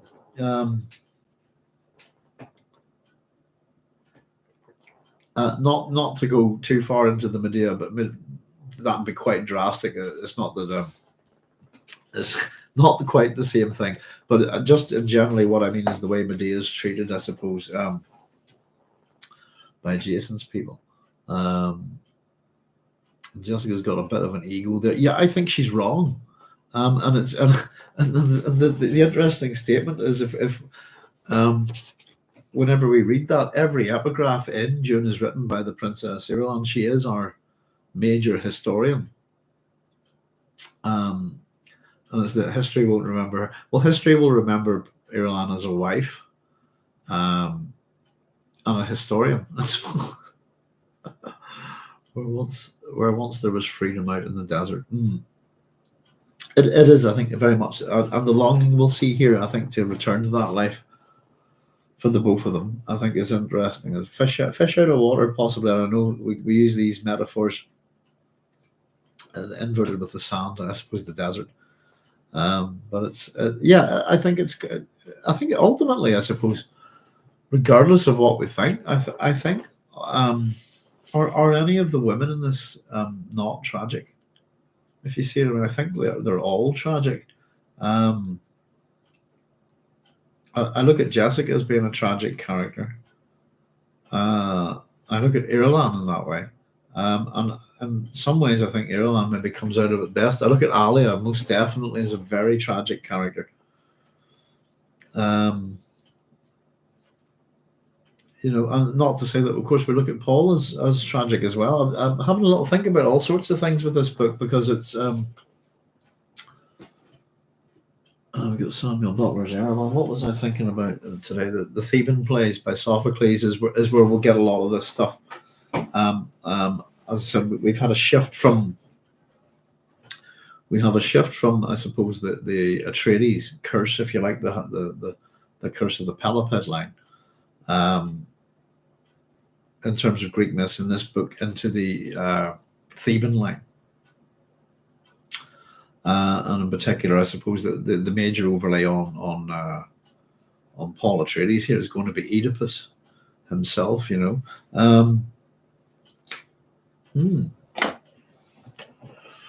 So just thinking about in terms of that, there it is. I need to put it aside.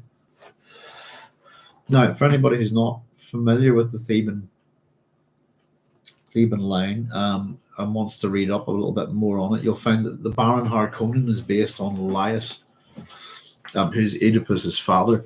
I'd say there could be a fair bit of Jocasta and Jessica, but what we have Sophocles is the three Theban plays. There we go. So the Antigone, Oedipus Tyrannus, or Oedipus Rex, if you want, Oedipus the King, as it's called here, and Oedipus at Colonus are the Theban trilogy by Sophocles. Very, very good stuff. I haven't read it in a long time.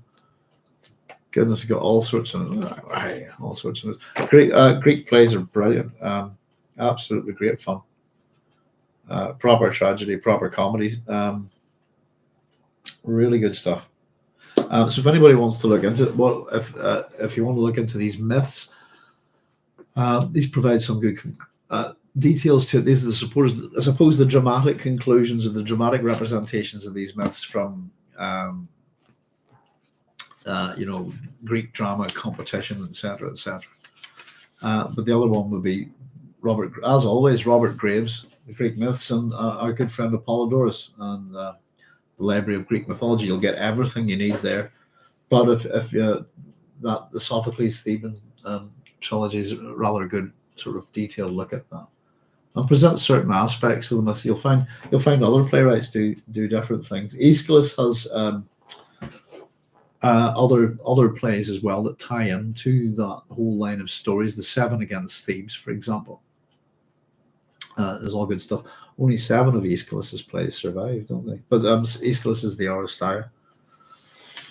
But yeah, so if for anybody who, I suppose we always try to throw in anything that's half noteworthy about Northern Ireland, but within our English literature syllabus, the Antigone has been translated by Seamus Heaney a while back. I think a very famous translation of the Antigone. It's known as the Burial at Thebes, and that's taught on A-level courses here, for example, which is nice to see, because it's about the only thing from that part of the world that is taught on literature courses. But if anybody wants to learn a little bit more about the myths of Oedipus, Paul follows the final kind of Lord Raglan has 22 steps that Oedipus goes through in his tragic heroic journey, if you like. And from this book, I think Paul's moving through the last 9 or 10, if you like. So if anybody's not familiar with the myths, those 3 plays would take you 2 hours each less to read. And if you get a Penguin Classics like this, you can get a really good introduction, etc. To each of the plays.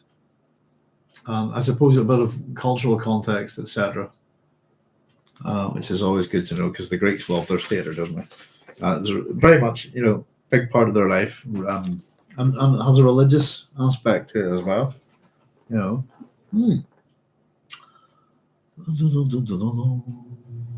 Frank's saying, fish out of water is an interesting way to pose it, I think.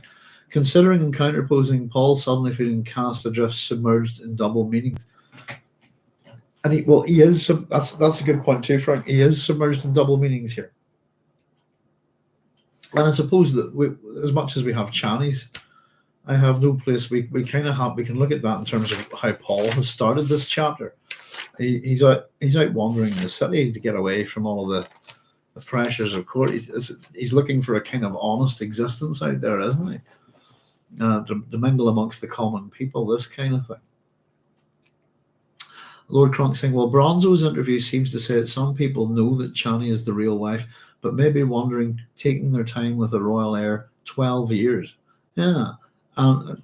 Is the suggestion Irulan's been poisoning Chani for 12 years with a contraceptive poison? The big question is, why does nobody know? Why haven't they figured it out? And I suppose the idea that it's certain things get past the poison snippers, don't they? That if they're not considered a proper poison, such as a contraceptive, for example. But all medicines are poisons, as we like to point out, don't we? Yeah, Frank said, I suppose despite his prescience, Paul is still a drop in the ocean of fate, which is given agency by Frank in this chapter, choosing alongside other actors, Irulan choosing Paul. Um, yeah, and there's that follow on from the previous chapter. We haven't got to it yet with Irulan. Um, given our choices, if you like, but it's something that Skytail or Scatali, however we want to pronounce it. I think I'm just going to go with Skytail, folks, to be honest. It's getting a bit Derry Londonderry, isn't it? What was I thinking there? Sorry. Yeah, the Skytail. The Thylax we give their victims a way out, don't they? There's almost something very weird. I could almost suggest is that Irulan is dead at this point.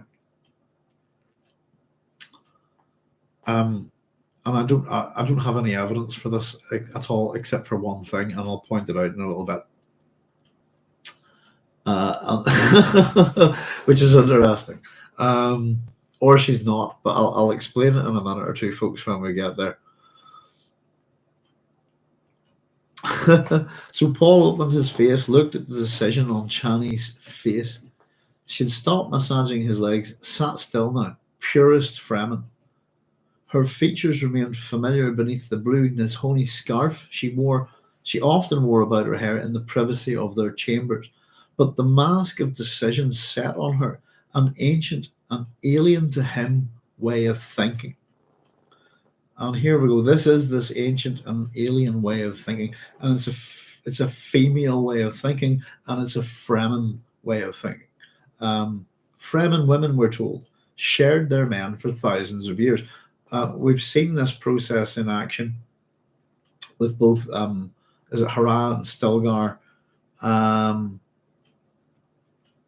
Paul and Chani, and for example, Jamas's children, the way Jamas takes the wife of Jeff, the way Paul takes the wife of Jamas having killed him, this kind of thing.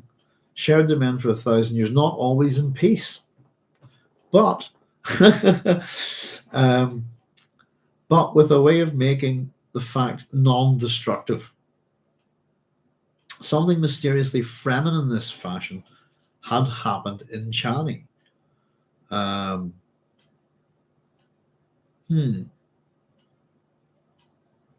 So the way Chani's looking at Irulan's position in the court, I suppose Paul's looking at it all in terms of how a citizen of the Empire might look at it.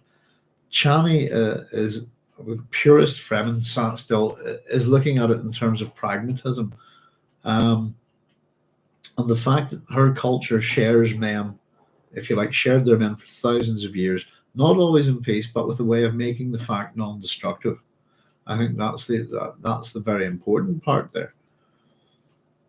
Not in peace, but not necessarily in peace, but it's not destructive to their society, to how their male-female interactions, how they raise their children, that kind of thing. Excuse me. Something mysteriously from, and it's something that Paul doesn't quite get. He says, "You'll give me the only heir I want." And here we go. I suppose the questions that we must ask is it must be really apparent to us by this point that there are severe limitations to Paul's prescience. She says this, "You've seen this?" She asked, making it obvious by her emphasis that she referred to prescience. Paul, as he'd done many times, wondered how he could explain the delicacy of the oracle, the timelines without number, which vision waved before him on an undulating fabric. He sighed, remembered water lifted from a river in the hollow of his hands, trembling, draining. The memory drenched his face in it.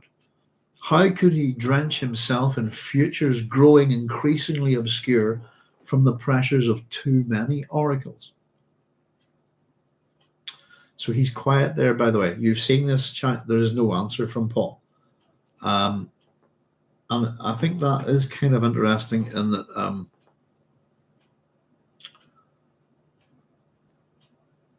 How does he explain this to her? That's kind of what he's saying. How does he explain it to anybody? The delicacy of it, the timelines without number, they're uncountable. Which vision before him on an undulating fabric? Which one? Which one do I pick? He remembered water from a river in the hollow of his hands, and remembered the memory of drenching his face in it as if to kind of shake it off, if you like. How could he do the same thing with all of these futures?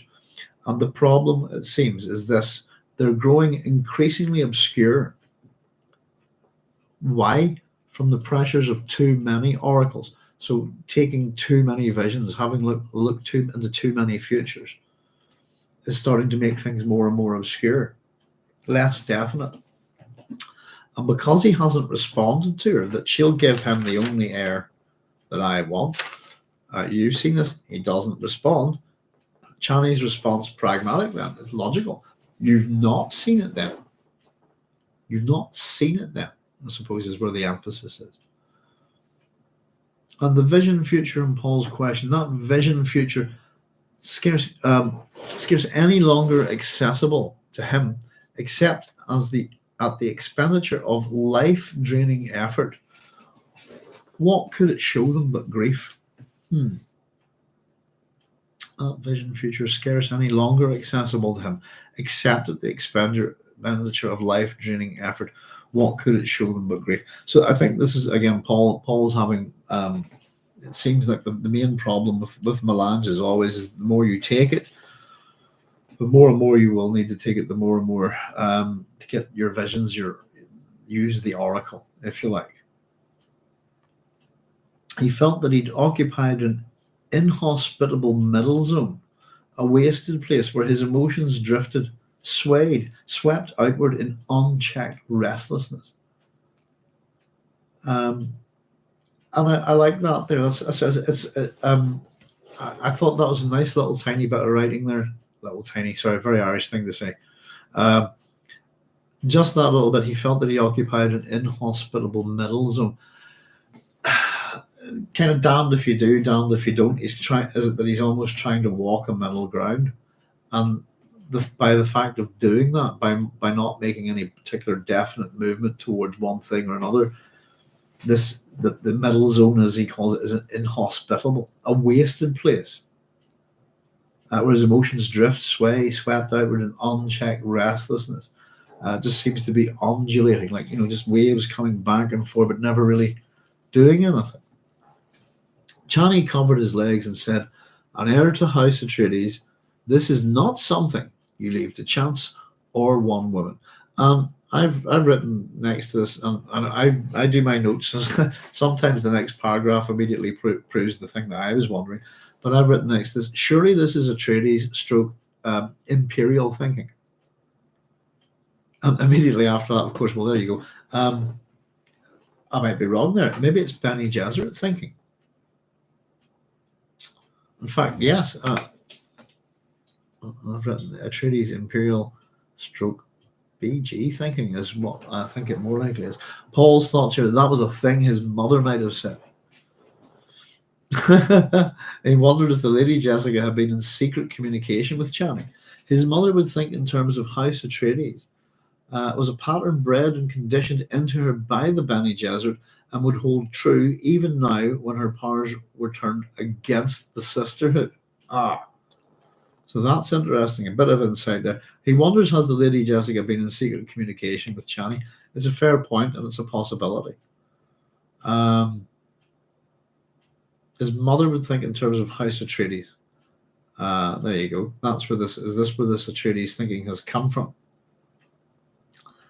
And would hold true even now when her powers were turned against the sisterhood. The sisterhood are pretty much the enemy, aren't they? But in this sense, but it seems that Jessica Atreides works against them for, as does they're enemies, which is very interesting. And I've written down that the sisterhood here, I've written down that the sisterhood became the Sisters of Mercy. You're one of my favorite rock bands, but there you go. For anybody who doesn't know, they were known as the Sisterhood beforehand. Let's have a wee look at some of your comments, folks, just to see how we're doing. Oh, I'll tell you what, I'll just move forward a couple of lines, and that's a good place to stop. So Paul says, "You listened when Irulan came to me today." The accused, I've put down Fremen privacy. Well, yeah. And she admits it. I've listened and spoke without looking at him. And then we're told that Paul focused his memory on the encounter with Irulan. This is going to be where Chani, and we're going to go back in time a little bit and look at this. We're going to have a shift in conversations from Paul and Chani to Paul and Irulan about babies and power. Let me just catch up with your comments here, folks, first of all, before we hit that.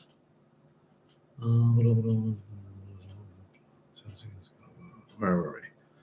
Lord Crunksingle Bronzo's interview seems to say that people, oh yes, know that Chani is the real wife, but maybe wondering, taking their time with the royal heir 12 years.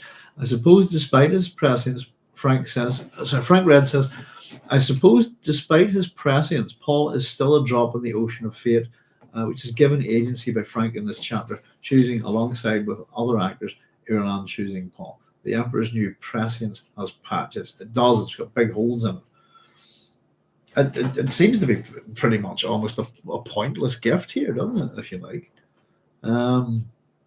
So we have the encounter with Irulan. We're told that he let himself into the family salon. Notice an unfinished robe on Chani's loom. There had been an acrid worm smell to the place, an evil odor. It almost hid the underlying cinnamon bite of melange. Someone had spilled unchanged spice essence and left it to combine there with the spice-based rug. It had not been a felicitous combination. Spice essence dissolved the rug. So the oily marks long congealed on the plastone floor where the rug had been. He thought to send for somebody to clean away the rug, but Hera, Stilgar's wife and Chani's closest feminine friend, so odd way of putting it, isn't it, had slipped in to announce Irulan. So very quickly, someone's come into this room and spilt unchanged spice essence. So it's something that hasn't been transmuted by a Reverend Mother to be safe, if you see what I mean. Unchanged spice essence, is that correct? The word unchanged would ring true there for me for that. That it hasn't gone through that metabolic and molecular change. For example, Jessica would, and then that's used in the siege orgies and stuff like that, isn't it? It's really, I think it's a strange little thing. Someone's come in who and spelt this stuff and wrecked a rug. It's kind of a bit Lebowski, a big Lebowski, isn't it? The rug maybe really tied the room together. But this really bad smell. We've started the chapter off with a really bad smell. We're now told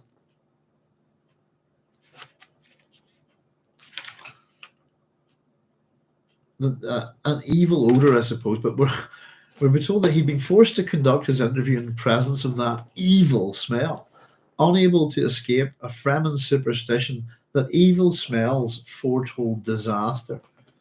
So superstition, fair enough. And it's interesting, why have we got that? The question is, I suppose, wonder who's done it. Is it possibly Chani, who's in hiding here? I suppose the question I'm wondering is it deliberate or not?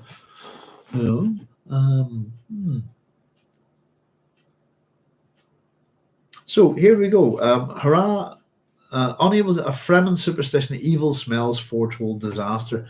I thought we had a bit of a bad pun at the start of the chapter as well, with the rancid smell from his boots.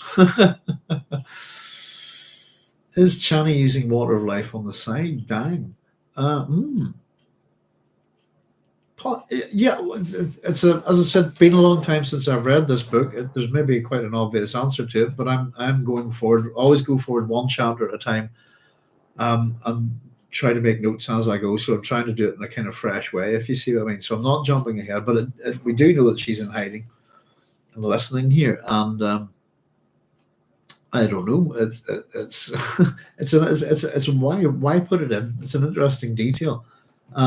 It's almost a Chekhov's gun, if you see what I mean. Why is it here?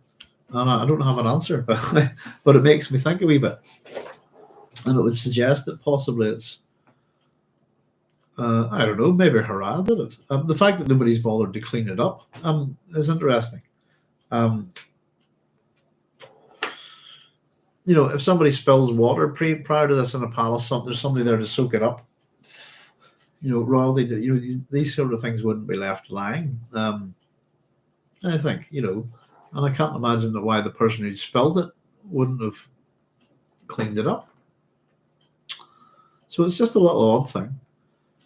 So I'm forced to conduct the interview in the presence of that evil smell, unable to escape a Fremen superstition that evil smells foretold disaster. Hurrah withdrew as Irulan entered, and Paul says, "Welcome."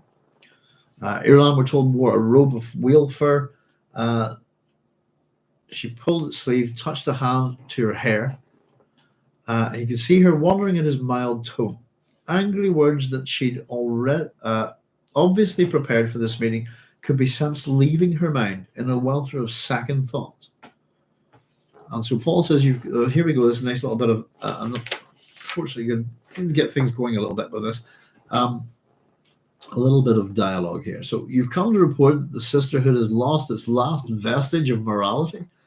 This is being a bit cheeky, I suppose. And Irulan responds with, "Isn't it dangerous to be that ridiculous?" And Paul replies, "To be ridiculous and dangerous, a questionable alliance."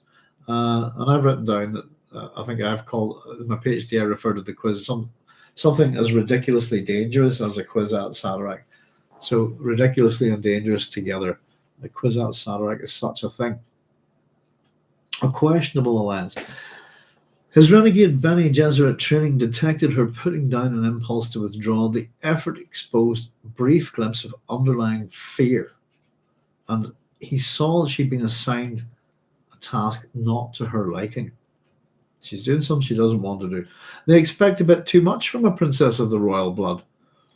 And Irulan grew very still. So this is a little bit of verbal fencing there, and he's able to tell one thing and throws it at her, maybe to see what she reveals. Who is they? And expecting a bit too much. What is it that they expect from a princess of the royal blood? It's enough to make Irulan very wary, and she grew very still. And Paul became aware, we're told, that she had locked herself into a vice-like control. And Paul's thoughts here are a heavy burden indeed.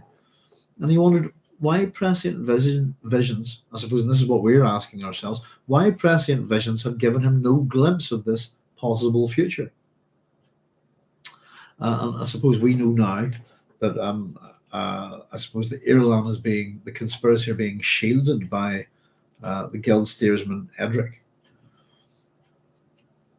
I found a little stuff out. Actually, I thought that I was admonishing myself the other day for not having looked up any etymological work on Edric. And in terms of people who lead rebellions, I suppose there is one, or not necessarily a conspiracy, but I suppose just because I didn't really think Edric or Edric.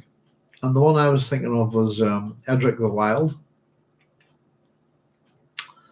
It would be Edric the Wild, I suppose, but lots of Edrics. And if you type it in Wikipedia, he would be Edric the Wild or Edric Sylvanicus, also known as Wild Edric, Edric Child, or Edric the Child, or Edric the Forester. He's a guy who kind of was, it says here, was an Anglo-Saxon magnate of Shropshire and Herefordshire who led English resistance to Norman conquest, active in 1068 to 70. There's stories to do with the Wild Hunt. It's always an interesting little group of tales. Edric's mentioned connected, and the tale of Wild Elric. There you go. Edric, that's the most famous Edric I could find, I suppose. And it wasn't that he leads the conspiracy or anything like this, but he was someone who resisted new rule, I suppose, which kind of thought, yeah, fair enough. Blah, blah. So Irulan's afraid. Paul's exploiting it a wee bit here.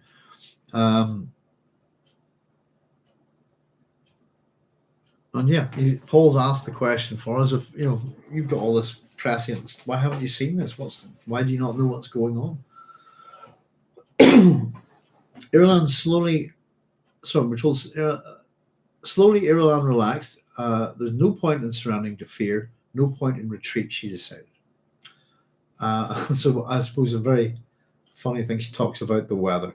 You've allowed the weather to fall into a very primitive pattern, she said, rubbing her arms through the robe. One of the things I was going to say about, by the way, we talk about agency and the representation of hands in this book and in Dune in general, is that Irulan is generally going around like this. If you see what I mean, with her wheel for one of these little. That's the way her hands are. And in terms of agency, whatever Irulan is up to, you can't see it. I would, if you see what I mean, if you follow the clothing metaphor, if you like, what are her hands? Because she has agency, doesn't she? She has power, but she tends to keep her hands concealed. I think it's an interesting little point to make.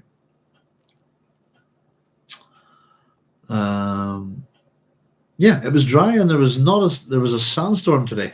Are you never going to let it rain here? And so, does that mean there is no rain? Because we all know what rain implies.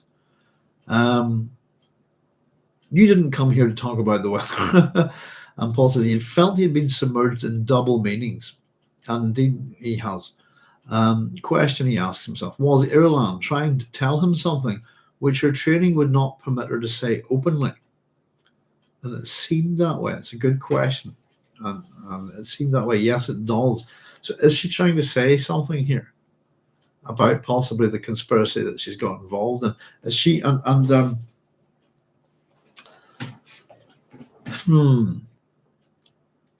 makes me ask about I think Irulan, well, we'll get there. I think Irulan offers Paul a way out here. Does that make sense? And we'll see if we can just get to that bit. He felt that he'd been cast adrift suddenly and now must thrash his way back to some steady place. Submerged in double meanings, cast adrift suddenly. I must have a child, she says. He shook his head from side to side. No. In other words, I must have my way, she snapped. If need be, I'll find another father for my child. I'll cuckold you and dare you to expose me. Sorry, I'm getting grounded out here. You all right, my glove? You okay? Oh, right. Bear with me one wee second, folks. Sorry. I think I have a doggy in need. I'll be right back to see if she needs out.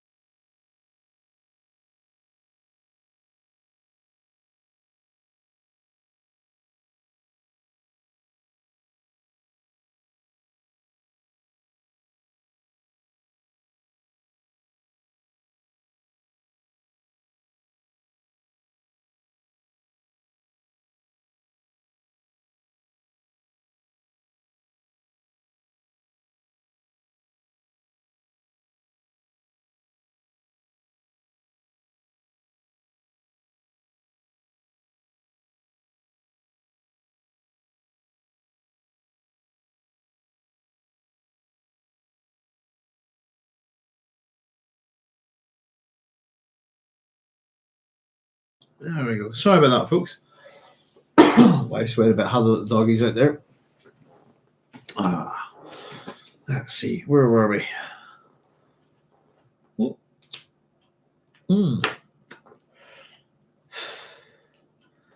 Should get a wee bit more ventilation in here. Should have a window open just on the snip. There we go. That's better. Oh, it's getting cold here these days. Let's see, where were we? Must have my way. Let's just catch up with your comments here, folks. I've got a few new ones.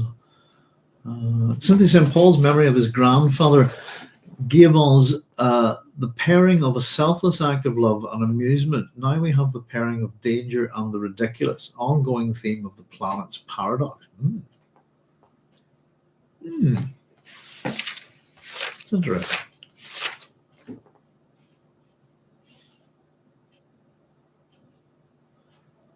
A selfless act of love, which may only be amusing to those that you love. Yes, amusement and ridicule.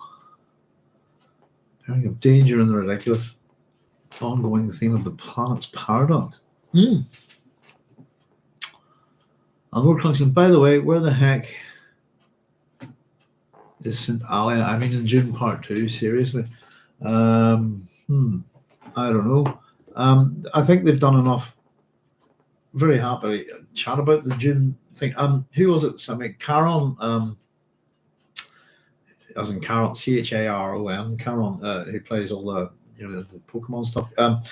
Used to send me various articles and stuff on Twitter when I was on there, and he sent me a wee link there to the station's email, and it was an interview with Denis Villeneuve on Dune Messiah, I suppose, in I think South Korea, just the other day.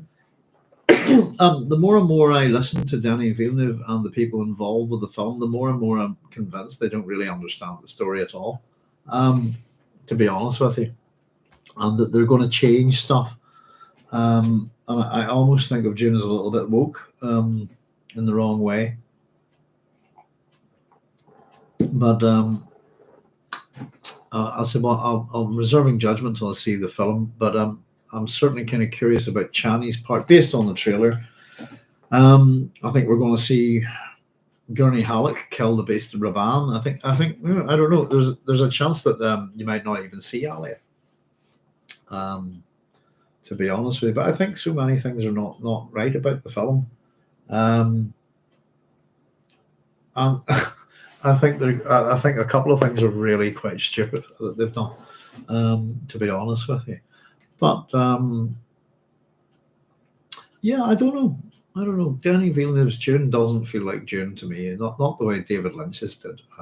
And I even I don't know. I think we also pointed out that the desire to make it into a war movie. Of course, if we know Dune is an anti-war book, it's kind of going to do the same thing what they did with Lord of the Rings, I suppose, of The Hobbit. Take these briefly mentioned battles and turn them into half-hour-long slaughter fests on the screen, if you like,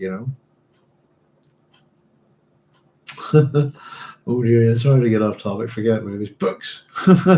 I love here. It's something I haven't really done much on, to be honest with you, Lord Crunk, at some point. But I'm going to have to just pop on and talk about sci-fi, science fiction TV, science fiction films, all of this stuff. Because we do tend to focus on books a lot here, don't we?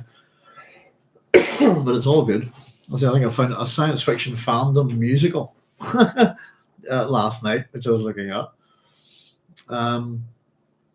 Yeah, I want to have a wee chat. I think there's all sorts of wonderful things out there in science fiction.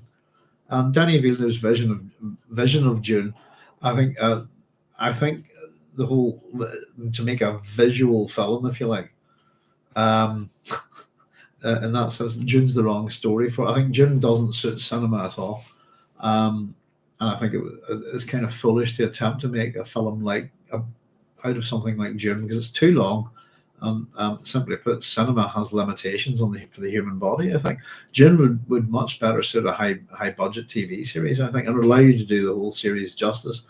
But I'd say that there's not too much of Dune Messiah that's cinematic. Very little of children. I'd say Dune is the most cinematic of all the books, I think. But there's so much that goes on internally. I think that's why Lynch was such a good director, that the whole internal monologues, this kind of thing, the soliloquies of the characters, all of that, I think lends massively to understanding Dune, But I think Denis Villeneuve's Dune is dumbed down. It's the cinematic equivalent of look at the shiny, if you know what I mean. Just especially when we've got such an intelligent book. I think to rewrite Dune, it takes a lot of arrogance. To be honest with you, especially the first 15 minutes of the film are pretty much rewritten, aren't they? And the opening of Dune does not need rewriting by anybody. I think it's quite insulting. There are things that just you shouldn't rewrite, because I don't see how you can improve on them. The opening speech, I'll give you one good example, is the opening speech of the War of the Worlds. If somebody asked me a wee while back, what's good, can you show me, what makes good writing? But the very first speech, but the opening of the War of the Worlds is fantastic prose, that is not even remotely prosaic. It's wonderful, Electric Sheep to Blade Runner, etc. Cool. Yeah, I mean, I look at Blade Runner and Do Androids Dream of Electric Sheep as two completely different animals. And Deckard's not a replicant. I've had enough of Ridley Scott saying he is. He is not. So the best version of Blade Runner to me is the European cinema cut. That's the one that I saw first, with the lazy narration by Harrison Ford, and we don't have the unicorn dream. Something regarding the paradox. On the very first page of this chapter, Paul says that Dune was a world of paradox. Now, a world under siege yet the center of power. Yeah. Now we see this in the issue regarding his heir. Lord Crunk said, and no one said Piter's name all of Dune Part 1. Nobody, no. I one of my biggest, it's got to be one of the greatest wastes, to be honest with you, of two pretty good actors, isn't it? Is it Stellan Skarsgård and what's the guy's name? Is it Dalmatian is his name? I'm very bad with names. David Dasmalchian, if I'm pronouncing it correctly, as Piter. It was, I think whenever we were reading the book club, I think for me some of the most fun parts of the book where Piter and the Baron go at each other. They're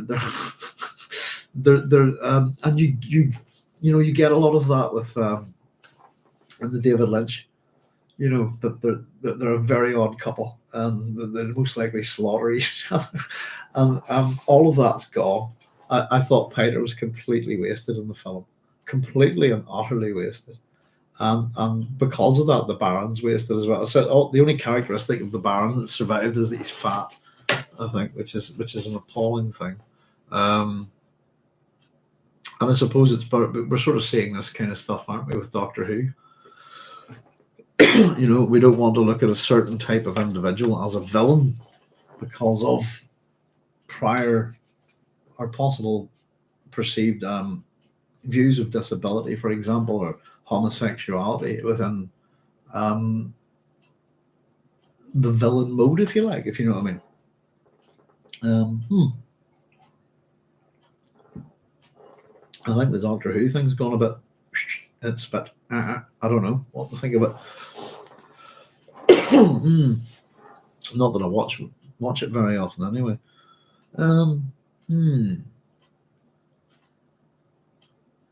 Let me see this in the rear. Well, yeah, absolutely. We've got a paradox going on here with just, who should I have a child with, and what, and the consequences of that child. It seems if I have a child with one, it will basically cost the life of the other, etc., etc. politicking, etc. I wouldn't say politicking, but it seems that they're very much a range of Machiavellian plots aligned against them, but yeah, aimed at an heir. So as much as everybody in Dune, as we point out, it's not just, House Atreides and House Harkonnen. Everyone's at the throne. Everyone's after a position on the throne. And breeding, marriage, birth, etc., seem to be the main ways of getting there. Paul's taken the throne, but how he secures it is by marriage, and then, and I suppose there is one interesting thing about it is that that Paul hasn't consummated the marriage, and many legal systems and I suppose cultures would consider that a marriage is null and void after if it's not consummated after a certain period of time. But at the same time, Paul Atreides as emperor is the law, and he can easily change that if he wishes, I must have a child, and he goes, no, I must have my way. And the princess saying that, I must have my way. If need be, I'll find another father for my child. I'll cuckold you and dare you to expose me. I'll force the issue. Cuckold me all you wish. Do what you like. No child. Says Paul. How can you stop me? And here we go. Testimonies to Paul Atreides' character. With a smile of utmost kindness, he said, I'll have you garroted if it comes to that. Or if it came to that. There we go. I'll have you garroted if it came to that. With a smile of kindness. How can I stop you? I will have you strangled. I'll have you a cheese wire put around your throat, and I will have you killed. Lovely little statement to make is Paul's threat of Irulan's murder. Shocked silence held her for a moment, and hopefully us too, I would think. Paul sensed Chani at this point. This is where listening behind the heavy draperies into their private apartments. Excuse me. Holly's got a hold of a squeaky toy out here. You all right, big sausage? Oh, here. Hang on. Sorry, folks. Are you okay? Come and say hello. Sorry. Just my wife's got my wife's with there. I need to settle.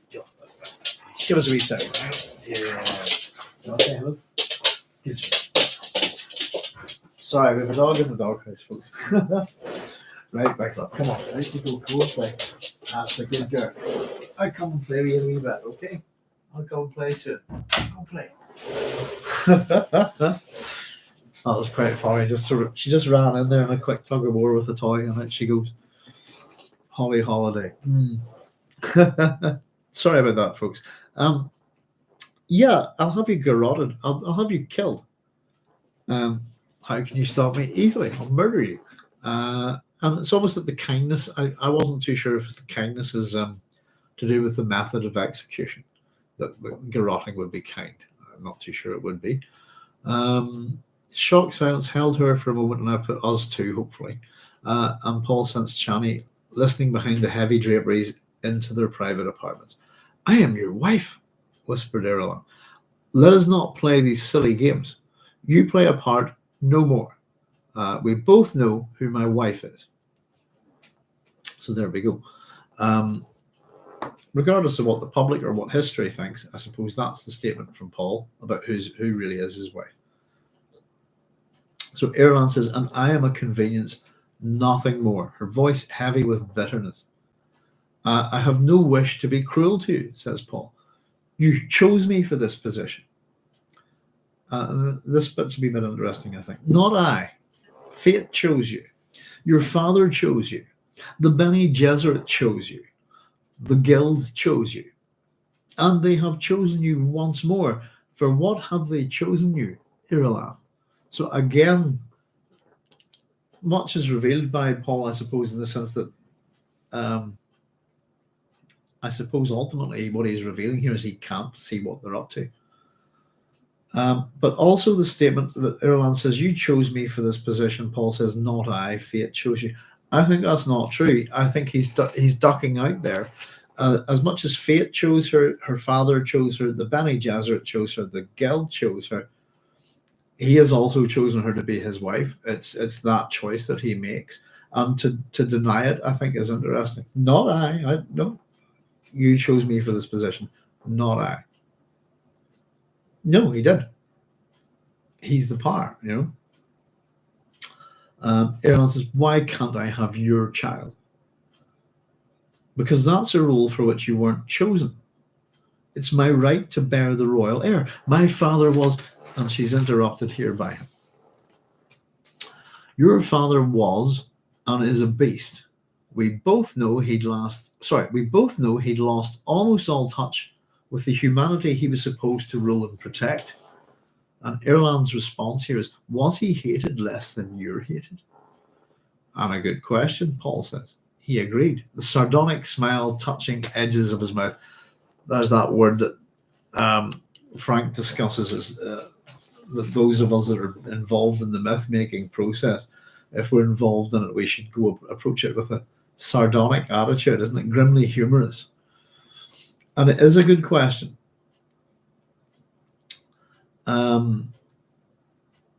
Was he hated less than you're hated? It's a good question. Paul is hated. And regardless of what someone like, who's in charge, somebody somewhere is going to hate a person like that. You say you've no wish to be cruel to me, yet. Not, and I've written, yet you threaten to have me garroted. That's is the unfinished speech there from Irulan, I think. So here we have a lengthy little response from Paul.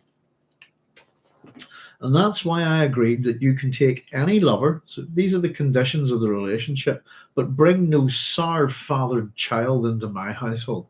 That's a great way of putting it, isn't it? I would deny such a child. I don't begrudge you any male alliance as long as you are discreet and childless. I'd be silly to feel otherwise under the circumstances, but don't presume upon this license which I freely bestow. Where the throne is concerned, I control what blood is heir to it. The Bene Gesserit don't control this, nor does the Guild. This is one of the privileges I won when I smashed your father's Sardaukar legions out there on the plain of Arrakeen. And it's on your head then, Irulan says, and whirled and swept out of the chamber, which is a good exit. We haven't had quite too many yet, but we used to always talk about how characters come in and leave. Irulan's arrived with an evil smell and then has whirled and swept out of the chamber. It's on your head then. Basically, what you could suggest, and I don't think it's true, by the way, is that at this point, what Irulan has done is basically what the Bene Gesserit do.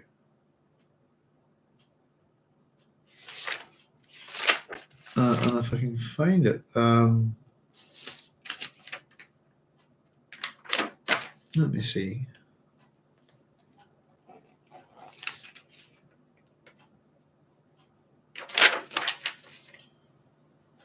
It's about leaving a way out, isn't it, for their victims.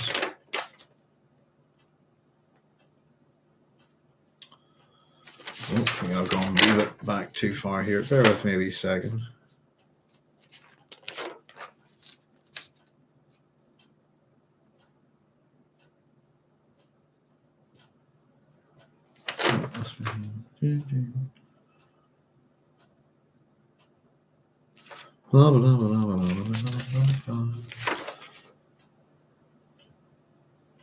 It was just the bit where she was asking, I think she asked Skytail. I can't quite seem to find it here. About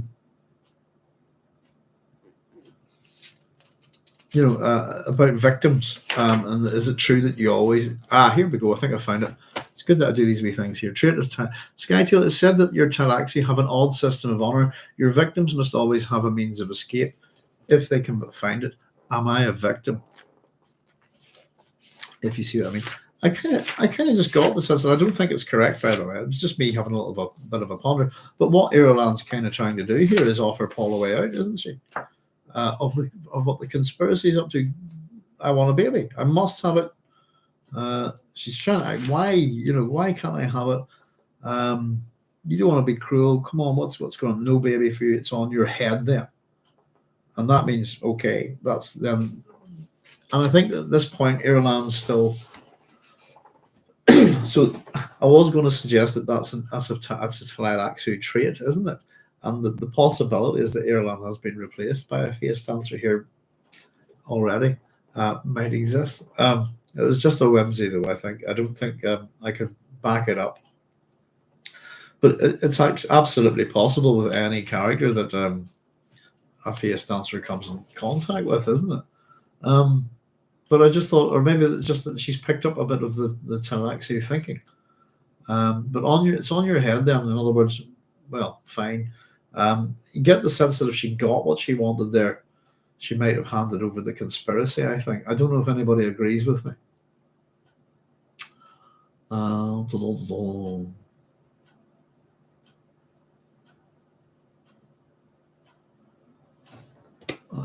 There's this... I can't read that last comment there. Hang on, I'm just going to push up the comment. Push up the comment. So I can read it. There you go.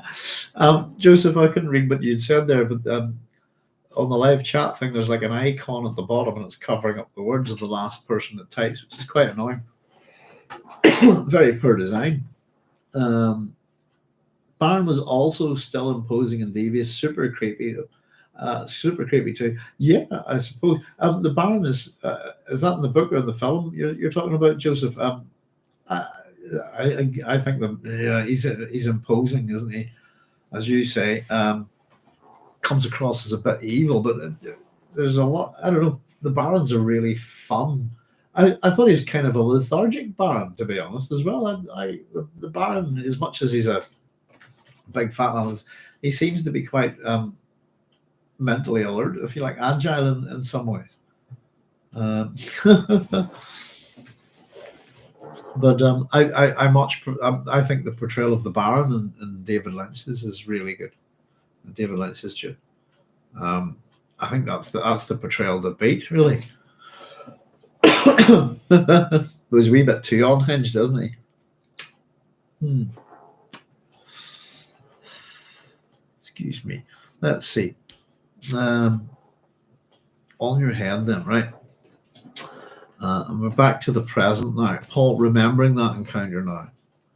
So that's this little conversation that Paul and Irulan have had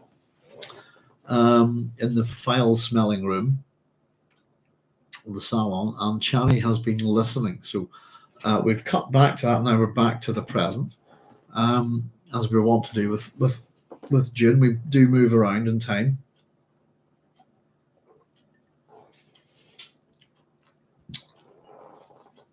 So we're told Paul brought his awareness out of it and focused on Chani seated beside him on their bed. He could understand his ambivalent feelings about Irulan, understand Chani's Fremen decision. Under the circumstances, Chani and Irulan might have been friends. Chani asks, "What have you decided?" "No child," says Paul. And Chani made the Fremen Christknife sign with index finger and thumb of her right hand. If it's the Christknife sign, does that mean I've interpreted that as kill her? Are we going to kill her? And Paul says it could come to that. He agreed.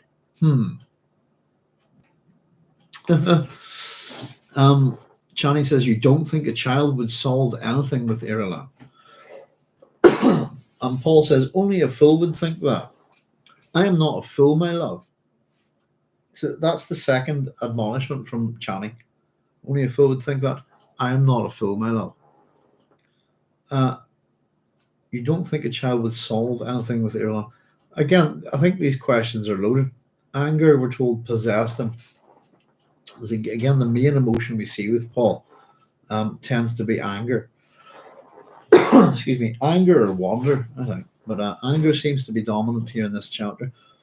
Paul says this: I never said you were. But this isn't some damn romantic novel we're discussing. I think that's quite funny. That's a real princess. I think this is a very funny little passage. That's a real princess down the hall. She was raised in all the nasty intrigues of an imperial court. Plotting is as natural to her as writing her stupid histories. They are not stupid, my love. Another admonishment. Paul says things that just he gets told no by Chani. That's the third one so far. Just to go all the way back. Shall I put her away? You'll not put her away. That's number one. You'll do no such thing, basically. Only a fool would think that. I'm not a fool. And he's going, well, I never said you were. It's almost childish, isn't it? That Paul's language here, if you see what I mean. Pauline is natural who's writing her stupid histories. It's what? And she's going, they're not stupid histories. They're not stupid, madam. Would you wise up? One doesn't equate to the other, I suppose. But I just thought that this isn't some damn romantic novel discussing. I thought it was quite funny. It's almost as that's not a normal woman down there. That's a princess. God damn it! Don't you know they're really dangerous? It's the build up of the princess which I find quite good. That's that's a real princess down there, basically. Not just she knows intrigues and basically probably plotting is all of this stuff's more natural to her than probably these two. But and condemning, just having a wee go at her, a little dig, her stupid histories. They're not stupid, my love. It seems that Chani sees value in them. And that Chani does seem to see value in Irulan, but has also suggested killing her here. Paul says probably not. Yeah, they're probably not stupid. He brought his anger under control, took her hand in his. Sorry. But that woman has many plots. Plots within plots. There's one of our great motifs of Dune, the Dune series. Plans within plans within plans, plots within plots within plots. Give in to one of her ambitions, and you could advance another of them. Her voice smiled. Chani said, haven't I always said as much? And it's kind of like I think that it's just that she's been pushing the discussion here a certain way to get Paul to realize things that she already knows that he maybe doesn't. Given her one, oh yeah, haven't I said so? Oh, I guess you have, I suppose. Yes, of course you have. He says, stared at her. And then what are you really trying to say to me? I suppose. And we talked about all of this duplicitous, I suppose, language. Hidden meanings, and especially with the language that we see spoken in the previous chapter. There's a desire, I think, from Paul to be for Chani to be blunt. I think is that he can't. If we go all the way back, not my intention to. What is your intention? He just asks straight up, I suppose, and Chani has gone about this in a very kind of roundabout way. I would call it almost diversio. Haven't I always said, yes, of course you have. What are you really trying to say to me? I think, and that is the crux of things. She lay down beside him, placed her head against his neck. And this is the truth of the matter, I think, here. Well, this is really what Chani has been trying to say to him all along. They have come to a decision on how to fight you. Irulan reeks of secret decisions. And I've just written next to it, smart. So ultimately, this is kind of, I suppose, by forcing the issue, what about the baby? What about Irulan having the baby? Really, her, listening in, Irulan taking off, what's going on? Chani understands it. She doesn't really want. The whole thing is not for Irulan to have a child at all. She doesn't want that. And we'll find that out shortly. What she does want Paul to realize is that this is why now. Why has Irulan come to do this now? Why is Chani pushing this? It's because that something has changed. And Chani knows what it is. And what are you really trying to say to me? Well, here it is. They've come to a decision on how to fight you, not when or where or why, but how they're going to go about it. And it's clearly got something to do with pregnancy, bloodlines, breeding, etc., etc. Irulan reeks. There's the odors, smells of smart, secret decisions. Paul stroked her hair. Chani had peeled away the dross. There we go. And she had done it. And basically, again, it shows that with, I suppose we keep talking about vision within this chapter. We're going to hit it again very, very shortly. But for all of Paul's incredible training, and I suppose this is the interesting thing, that the suggestion is that the more and more you rely on the oracle, the more and more you rely on the oracle and less on your other attributes and characteristics and things that you're trained in. Maybe Paul just, if you see what I mean, that Paul's just learned to not, he's that busy looking at his oracular vision that he can't look out the window and see the forest for the trees, that kind of thing. But Chani can, and there it is. That's what's going on. And why hasn't he seen this? Terrible purpose brushed him, we're told. It was a Coriolis wind in his soul. It whistled through the framework of his being. His body knew things never learned in consciousness. And this next little bit, I've just scribbled down Godhead and figurehead. Chani, beloved, do you know what I'd spend to end the jihad? Not a crusade, as we'll point out to Danny, even if they're two completely different words, have not even remotely the same meaning at all. Do you know what I'd spend to end the jihad? To separate myself from the damnable Godhead the Quizerate forces onto me. Godhead. She trembled. You have but to command it. Oh no, even if I died now, my name would still lead them. When I think of the Atreides name tied to this religious butchery, and she says, but you're the emperor. You're. I've written a wee note to this. I just put, this is funny to me. When I think of the Atreides name tied to this religious butchery, it's exactly what it is what I've written here. I just, that's very funny to me. Maybe, but anyway, but you're the emperor. You're the other thing I've written next to this is you're who is what he's interrupts her here. But what's she going to say next? But you're the emperor. You're, and is it you're Muad'Dib? You're the Mahdi. You're the Kwisatz Haderach. You're Usul. You're Paul Atreides. You're which? Which of these are you? Are you Fremen? All of them. What he answers is, I'm a figurehead. When Godhead's given, that's the one thing the so-called God no longer controls. And indeed, an emperor is a figurehead, a Godhead, if you like. We have that many emperors who take upon individual godhood and stuff like that. Some after they're dead, some while they're still alive.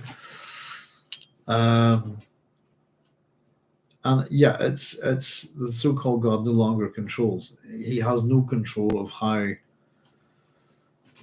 excuse me, how his name, his image, all of it, his words will be used.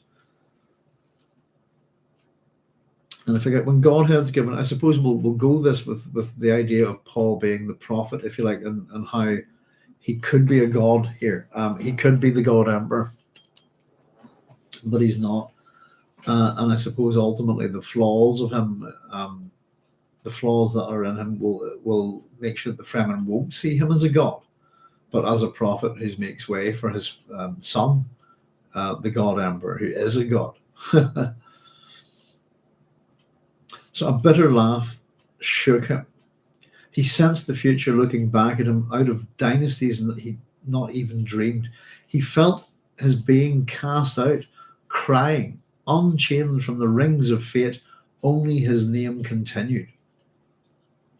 I suppose the odd thing is, in terms of genetics, what's in a name? Pointless, meaningless, isn't it?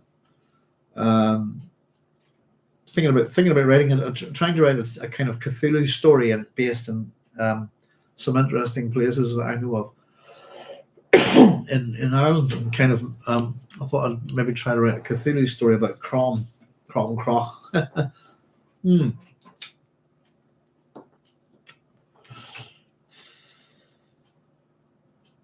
Why was I thinking on that?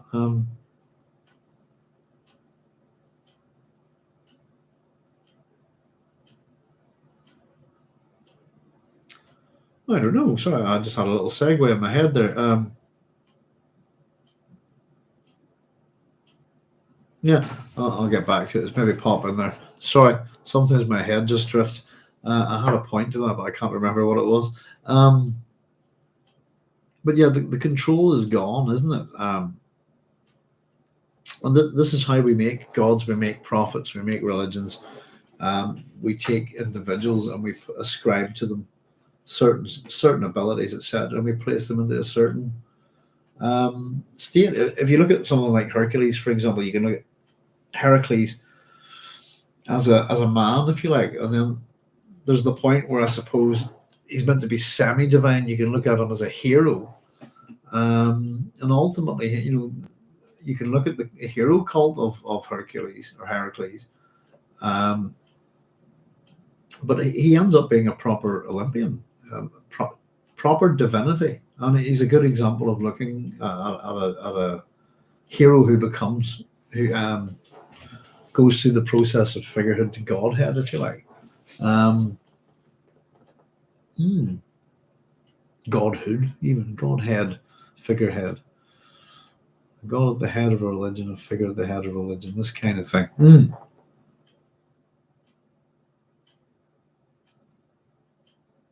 One thing the so-called God no longer controls. And nobody really has any kind of control whatsoever. The interesting thing is the thing that I suppose that Paul Atreides bemoans so much is that none of us have any control whatsoever about how future generations will use our names, our words, our images, any of it.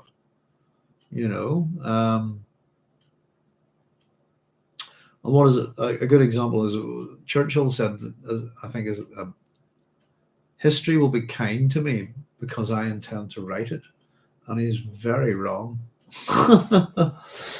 History won't be that kind to Churchill, I think. History isn't that kind to Churchill. It's generally the image that's pushed of Churchill is a very kind of patriotic British nationalistic one, if you see what I mean.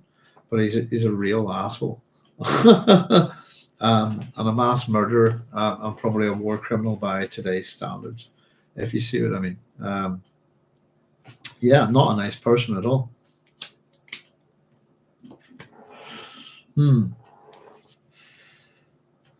So a bitter laugh shook him. He sensed the future looking back at him, out of dynasties not even dreamed. He felt his being cast out, crying, unchained from the rings of fate, and only his name continued. It was to do with names, wasn't it, I suppose? I was thinking names, and only the name continued. But that doesn't really mean much, I suppose. I've often thought about this, that I suppose if you think my name's Sloan, which is a very old Irish name, I suppose the original form of it would be something like O'Shloy. Sloan, it goes back to Sloan, Sloan, Shloy, Sloan, all the way back to Shloy, I think, is how you. And so the patronymic ancestor of my name is a man called Slowy, who's an Irish, probably an Irish warrior of some kind, because his name means host, army, or horde. And what are the chances of me being a descendant of that guy because I have that name? They're probably quite small, to be honest with you.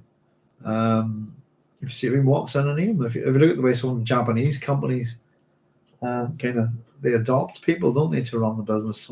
There's that kind of idea that the name carries on in the right hands rather than it being just necessarily going to somebody's son or daughter, that kind of thing. Excuse me.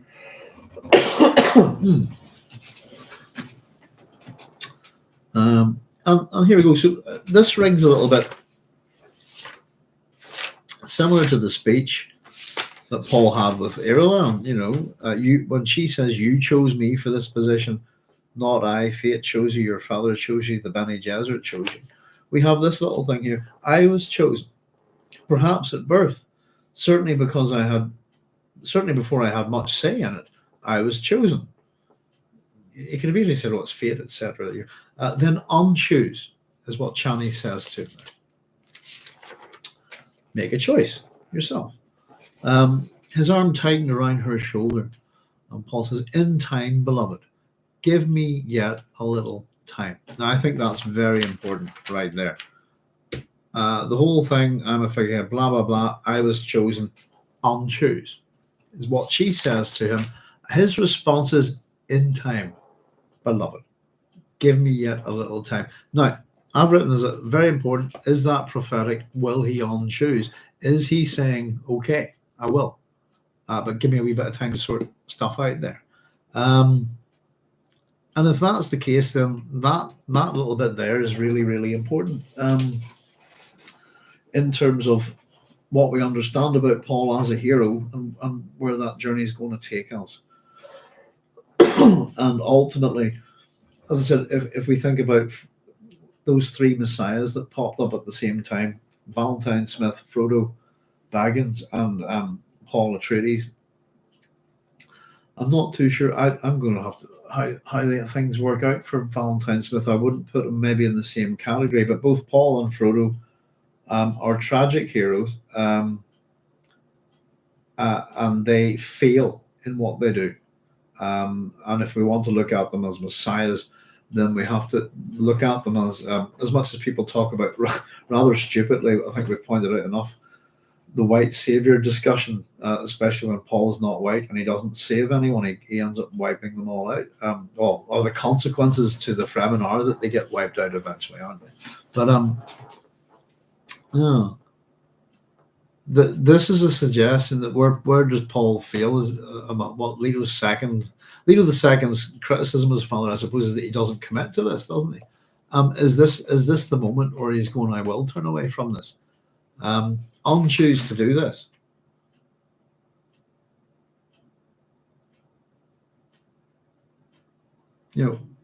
Don't do it.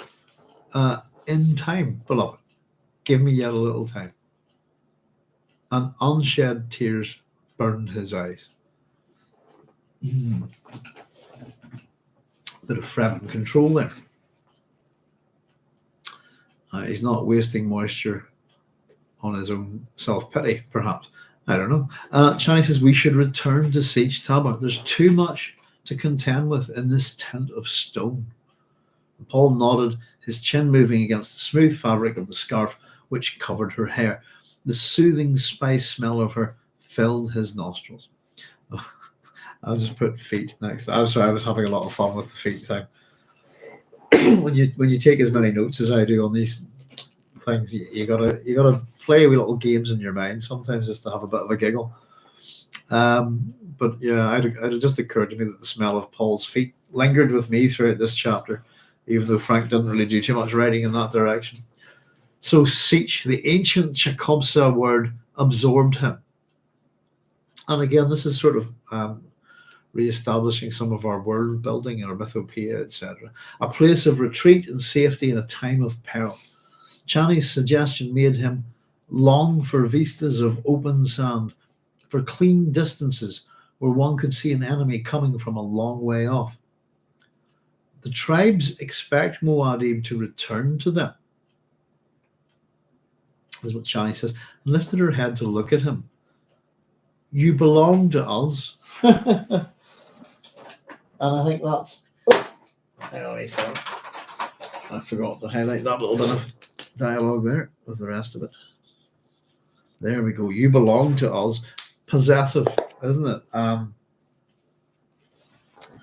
As much as I suppose the different aspects of Paul belong to different power groups. Would that be fair? That the Empire sees him as their emperor, etc. The Quizerati, how they see him as the prophet or godhead or figurehead. He's theirs. He belongs to them. This is, and that would be Paul Atreides, the emperor. But this is Chani talking about Muad'Dib, the Fremen. The tribes expect Muad'Dib to return to them. You belong to us. Again, there's this possession. And the idea that the Messiah, the king, the emperor, whatever, that aspects of how they're perceived within society, within religion, for example, it's out of their control. And that people take ownership and control of the structures of power and society around such an individual, that it's not done by him. But this is I suppose, in an almost funny way, I want to get away from the Quizerati and what they think they can do with my personality and all this stuff. Go to the siege. But the tribes almost want the same thing. You belong to us. And we do have to consider, how would I put it? Well, there's a third thing here, I suppose. Paul immediately after says, I belong to a vision. The vision has a piece of him. The Fremen have a piece of him. The Quizerati have a piece of him. And it's all possessive. They all seek to own him in that sense. It's kind of weird, isn't it? Sharing a time between violence. I suppose we know that the Fremen are a violent people. We know Paul's it's a violent world. Both him and Chani have suggested the killing of Irulan. He's not in this on his own. But I think the suggestion of what I don't know if it's what he thought Chani was trying to do, was that he was looking at it as the mystery of Fremen women who shared their men for thousands of years, not always in peace. But I don't think Chani wants to share them at all, not in this sense. And it was very much that most of what was going on was to figure out what is going on. Chani, that they figured out how to fight you. Have you realized this? So I think Paul's maybe been misreading some stuff. Not 100% sure, but the reliance on it, I suppose, the way I think of it is that the more he relies on the oracular vision, the less he's able to look out the window with his own two eyes, if you see what I mean. Or he missed something that's more material, if you like, more mundane.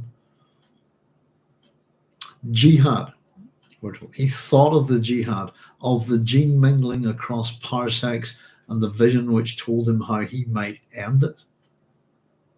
Should he pay the price, all the hatefulness would evaporate, dying as fires die, ember by ember, but the terrifying price. I've just written Hamlet next to that. That's should I intervene, to be or not to be, pretty much. Should I pay the,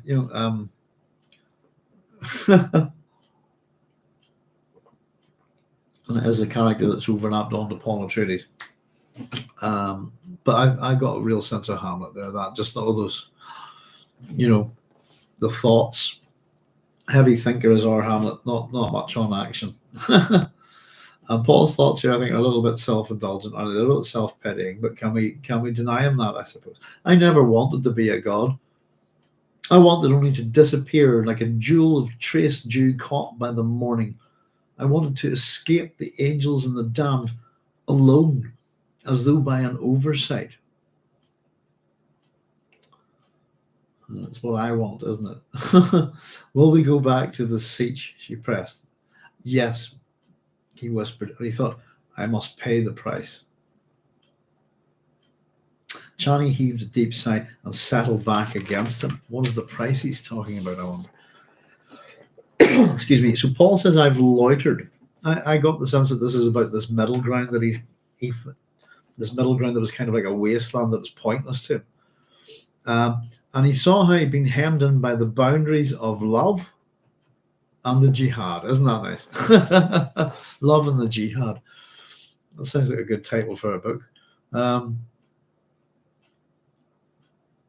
And what was one life, no matter how beloved, against all the lives the jihad was certain to take?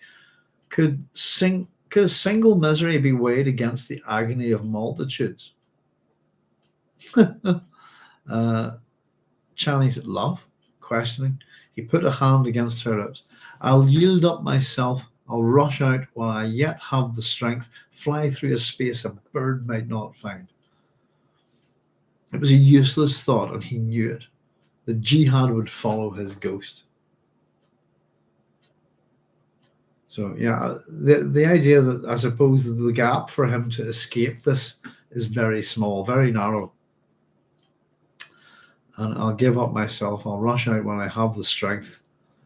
But it's useless. So the potential for self-sacrifice with Paul here, but I think is there, but it'll do no good according to his oracular vision, because he's seen that the jihad would follow his ghost.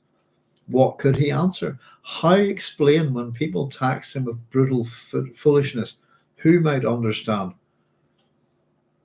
I wanted only to look back and say, there's an existence which couldn't hold me. See, I vanish. No restraint or net of human devising can trap me ever again. I renounce my religion. This glorious instant is mine. I'm free. What empty words. And he's shouting all of this, by the way. We've got 6 exclamation marks there in a row, pretty much. And I've written down Bangaria. Good example of Bangaria there, with the outrageous overuse of exclamation marks. But the other thing I've made a wee question is this? I've written, is this bathos or pathos here? This is kind of that moment where, you know, the hero says, I shall do the right thing and I'll stand up. There it is. I see I vanish, no restraint or net can ever trap me again. I renounce my religion. You know, I'm free of it. The glorious instant is mine. I'm free. What empty words. You know, that what empty words. What a load of crap he's basically saying. It's hollow. And I thought pathos or pathos is both actually here. Is it a little bit funny? Maybe not so much, but it builds up in a way that it could be. But it's a bit harsh. It's just empty. There's no way out. I could vanish. I could disappear. And I suppose in a couple of ways that what they're wanting is to disappear. Chani is more like let's disappear to the desert. Let's go to this real world. Where we can be free together, go back to our old ways. What Paul's really looking to disappear from is the myth-making process, the religion, you know, the curse of the prescience, the future possibilities, all of it. You know, one's more. Well, I think Chani's solution is more back to the earth. Does that make sense?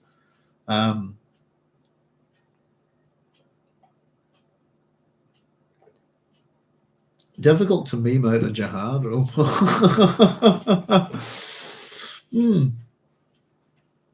It is interesting. I don't know how. I know a number of commentators have looked at Denis Villeneuve's Dune as the attempt to remove that it's been overt in removing Islamic and Arabic influences from the story. I suppose we've noticed particularly the use of the word crusade instead of jihad. You know, I wonder why the David Lynch film had no bother with the jihad, etc. This kind of thing. You know, with Islamic, Arabic terms, etc.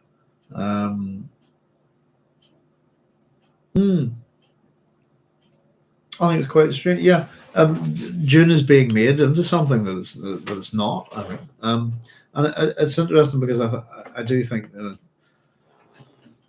one of the reasons, I don't know why they're doing it, because it is a book that appeals to so many different people from so many different cultures and religions and backgrounds and all sorts, as we've discovered. You know, difficult to meme out a jihad.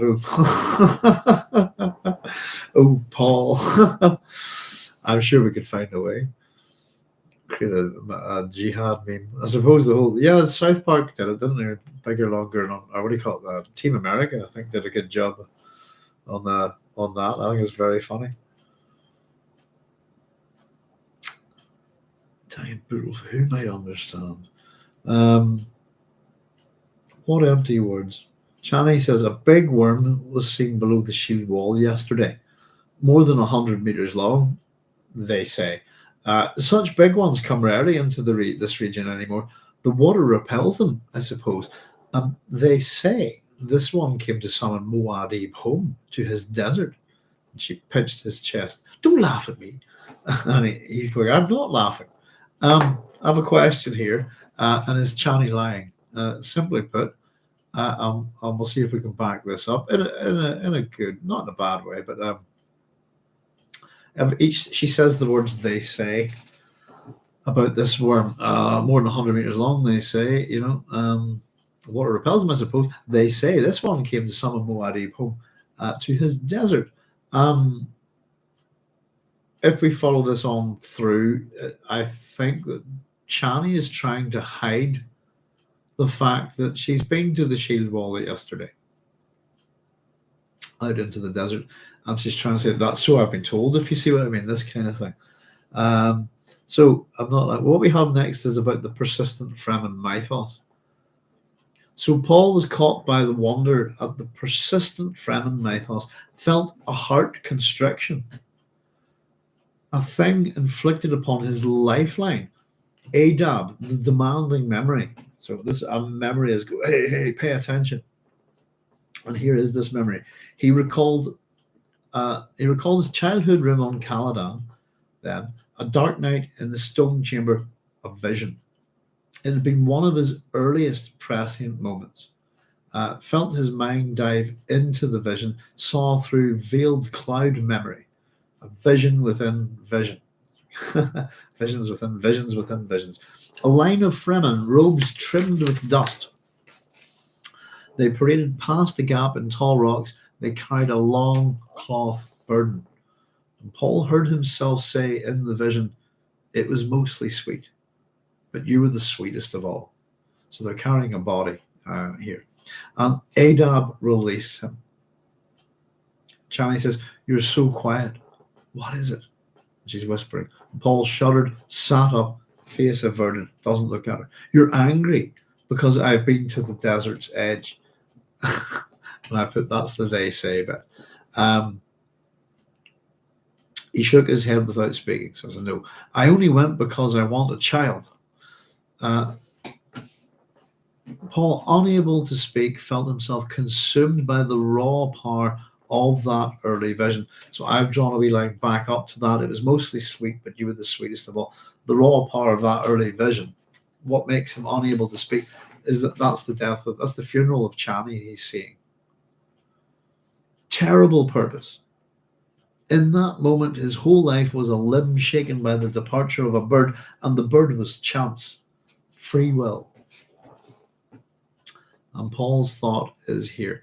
I succumbed to the lure of the oracle. So what we've had is, in terms of looking back, it is prophetic visions. I think we've had a mention of the first time it ever happens to him, which is the point where he becomes trapped by it. And this is one of the earliest visions that he's had, where he's witnessing the Fremen carrying this cloth burden, his own words within it. It was mostly sweet, but you were the sweetest of all. That's about Chani. That's the variant. So I succumbed. He's figured out. I've succumbed to the lure of the oracle. This is his thoughts on it, and he sensed that succumbing to this lure or trap might be to fix himself upon a single track life. Now, I've just put a wee, I suppose, note here that in terms of this oracle and the way that Paul's looking at it, I think I've just written next to it, consider the ring of Gyges. I suppose that the ring of Gyges, we've talked about it a few times, is the ring from the Lord of the Rings, is the original ring. It's a kind of thought experiment, I suppose, in Plato's Republic. And it's basically the same. If you understand the ring in Lord of the Rings, here's a magic ring. And what it does, basically, is make you invisible. And I suppose it's the moral question of what do you do with such a ring? What is ethical to do with such a ring? And the minute you use it, Boom, that's it. You're done. You're beholden to it in a way that because it makes you invisible, the uses of this thing are kind of deceptive in that sense, and how you'll use that tool, for what purpose, etc. The only thing that you can really do with the ring, the only moral choice, and you kind of get this in the Lord of the Rings, is not to put it on ever. Go bury it or something. Get rid of it, but don't ever use it. And using it even once would be, I suppose, an immoral act. It's a bit like the oracle. Do you want to see the future? Even just once, would you like to see the future? What good would it do you? Knowing that, well, it could be good or bad, or maybe even indifferent, but no matter what, that inevitably you'd be heading towards that thing. It'd be quite, absolute prediction, as we understand within the Dune universe, is death. We could see how, maybe even death on a number of different levels. Goodness gracious. Right. Let's see. I can't wait to get through. I was absolutely famished. I haven't eaten today. Well, I have eaten. I haven't had my tea. I've had my breakfast, a big breakfast, and that's it. Absolutely famished. Let's see. He sensed that succumbing to this lure might be to fix himself upon a single track life. Could it be, he wondered, that the oracle didn't tell the future? Could it be the oracle made the future? Had he exposed his life to some web of underlying threads, trapped himself there in that long ago awakening, victim of a spider future, which even now advanced upon him with terrifying jaws? And we have a Bene Gesserit axiom slipped into his mind. To use raw power is to make yourself infinitely vulnerable to greater powers. Now, let's just back up a wee bit. Could it be that the oracle does not tell the future, but it makes it? That's an interesting thing. And if we take that with the golden path and what it is, then that's where we'll find the true monstrosity of both Paul and Leto II. That the oracle didn't. What if the oracle didn't tell them the future? What if it made it? In other words, if that is the case, and it's a very little thing here, isn't it? This little sentence here. If that is the case, then the golden path, all of it, all of this slaughter and genocide, mass murder of humanity over thousands of years to get to Kralazek, then the oracle didn't foretell it. Using the oracle made it happen. Does that make sense? I don't know. It's a hard one to get your head around. Ultimately, I do believe that the golden path, the nature of what Paul Atreides is and how Herbert wanted him to be, the golden path is an attribute of that very dangerous hero, if you see what I mean. It's their MacGuffin, if you like. It's the thing that they'll move everybody along with. The goal, the excuse as well, I suppose. But Paul does everything that he does because he's seen a future, and acts on that based on, if I can try to prevent one thing, there'll be a better outcome for mankind. Maybe it's, well, then if what he's wondering is the case, is then does he create that future? Is it his fault? Does he make it happen? I would also question whether Paul's sane or not. Excuse me. So the Bene Gesserit axiom. So he's got this kind of nightmare going on here. His life has been the webbed spider future, this kind of thing, and the jaws caught in a web, trapped, a victim. To use raw powers to make yourself infinitely vulnerable to greater powers. And I've written this is a Bene Gesserit axiom. So once again, if we take our axioms, I've had a look at it and I've said this is not a good one. I've said this is unless there are no greater powers. So it's hyperbolic and it has to be seen. So no.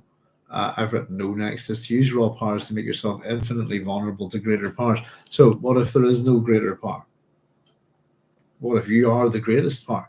That's where I would go with that, and therefore, but this ties into the paradox, doesn't it? That we were talking about. Back to Cynthia's point, Dune was there. It is nice. Dune was a world of paradox. Now a world under siege, yet the center of power. To use raw power from that world makes yourself infinitely vulnerable to greater powers. Kind of it's almost a bit of a dark forest thing, isn't it? Stick your head up and go boo, and everybody else will take your head off. That kind of thing. But I don't think we found an axiom that works particularly well yet within Dune. But that one's a hyperbolic one, isn't it? Infinitely vulnerable. And what do we? And I've also put down a comment here. What do we mean by raw power? And I've just put that's violence or force. I would argue, as the one Starship Troopers tells us that force is the ultimate authority from which all other authorities derive. Isn't that it? Back to the anger again here with Chani. I know it angers you. Touching, she thinks he's angry because she's been to the desert. I've been to the desert's edge and seen these things. It's not that. I know it angers you. It's true that the tribes have revised. This is a good one. What's going on here? Chani's been up. The question I'm going to ask, I suppose, in a minute or two is, what's Chani been up to? But this one's quite interesting. Let me just get to I'd like to make sure I read it correctly in the book. I know it angers you, Chani said, touching his arm. It's true that the tribes have revived the old rites and the blood sacrifices, but I took no part in those. What does that mean?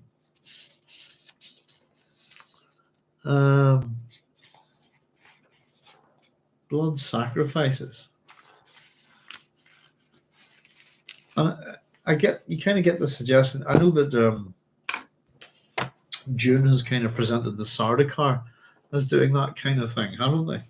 I wonder, is this the Fremen doing something similar to that? Denis Villeneuve's Dune has presented the Sardaukar as having it seems to be quite ridiculous, but an individual to be slaughtered for each one of them. I thought they were looking a wee bit Warhammer 40k. I don't know. But I took no part in those. So what was it? The blood sacrifice? Is that human sacrifice? That's if that's what she means, and I think we will get there eventually at the Children of Dune with that, with the Jacurutu and so on. But particularly the nature of human sacrifice within the ancient Hellenic world, if you like, for want of a better term. All of these stories about the Atreides, these myths, an awful lot of our myths are actually about, believe it or not, at a deep level, a transition away from human sacrifice to other practices such as animal sacrifice, or just fat and bones, this kind of thing, if you know what I mean. So I think it's just very. What does that mean? And I didn't take part in it, but you watched it possibly. Blood sacrifices, old rites. Sounds sinister, doesn't it? Chani wants his child. Here we go. We're getting to the real truth of it, though. As much as Chani's politicking has pointed out, not politicking, her political astuteness, I suppose, has pointed this out to Paul in a roundabout way, but she's direct about it in the end. They've decided how to fight you. I think the next little bit here is really ultimately what Chani really wants. Paul inhaled a deep, trembling breath. The torrent of his vision dissipated, became a deep, still place whose currents moved with absorbing power beyond his reach. And Chani begged, "Please, I want a child, our child. Is that a terrible thing?" And I've just written that as genuinely, this is very sad. This is heartbreaking. And from our point of view as as the readers, we've got other knowledge, don't we? We know she's being poisoned with a contraceptive that's preventing her from getting pregnant. We know that Irulan's doing it. We know that the conspiracy is aimed against her as much as it is Paul. And I think, we know she's being poisoned. The question is, does Paul, and why not? And the other thing is that as much as the conspiracy exists at this point, and Irulan's just come back from it, we have to assume that Irulan's been poisoning Chani for the last 12 years. And if that's the case, she has not been under the protection of Edric all of that time, if you see what I mean. So how does Paul not know this? Does Paul know it? And if not, why not? I think is really important. But I think it's quite a heartbreaking little moment within the book. And Paul caressed her arm where she touched him, pulled away. The friend. Now, basically, oh, sorry, I made a wee note here. I'll come back to it. He climbed from the bed, extinguished glow globes, crossed to the balcony window, opened the draperies. The deep desert could not intrude here, except by its odors, smells again. A windowless wall climbed to the night sky across from him. So he hasn't really answered her. He gets up and walks away. Opens it, has a look at it. Moonlight slanted down into an enclosed garden. Sentinel trees and broad leaves, wet foliage. Could see fish pond reflecting stars amongst the leaves. Such extravagance from the first novel, isn't it? Pockets of white floral brilliance in the shadows. Momentarily, he saw the garden through Fremen eyes. And how would that be? Alien, menacing, dangerous in its waste of water.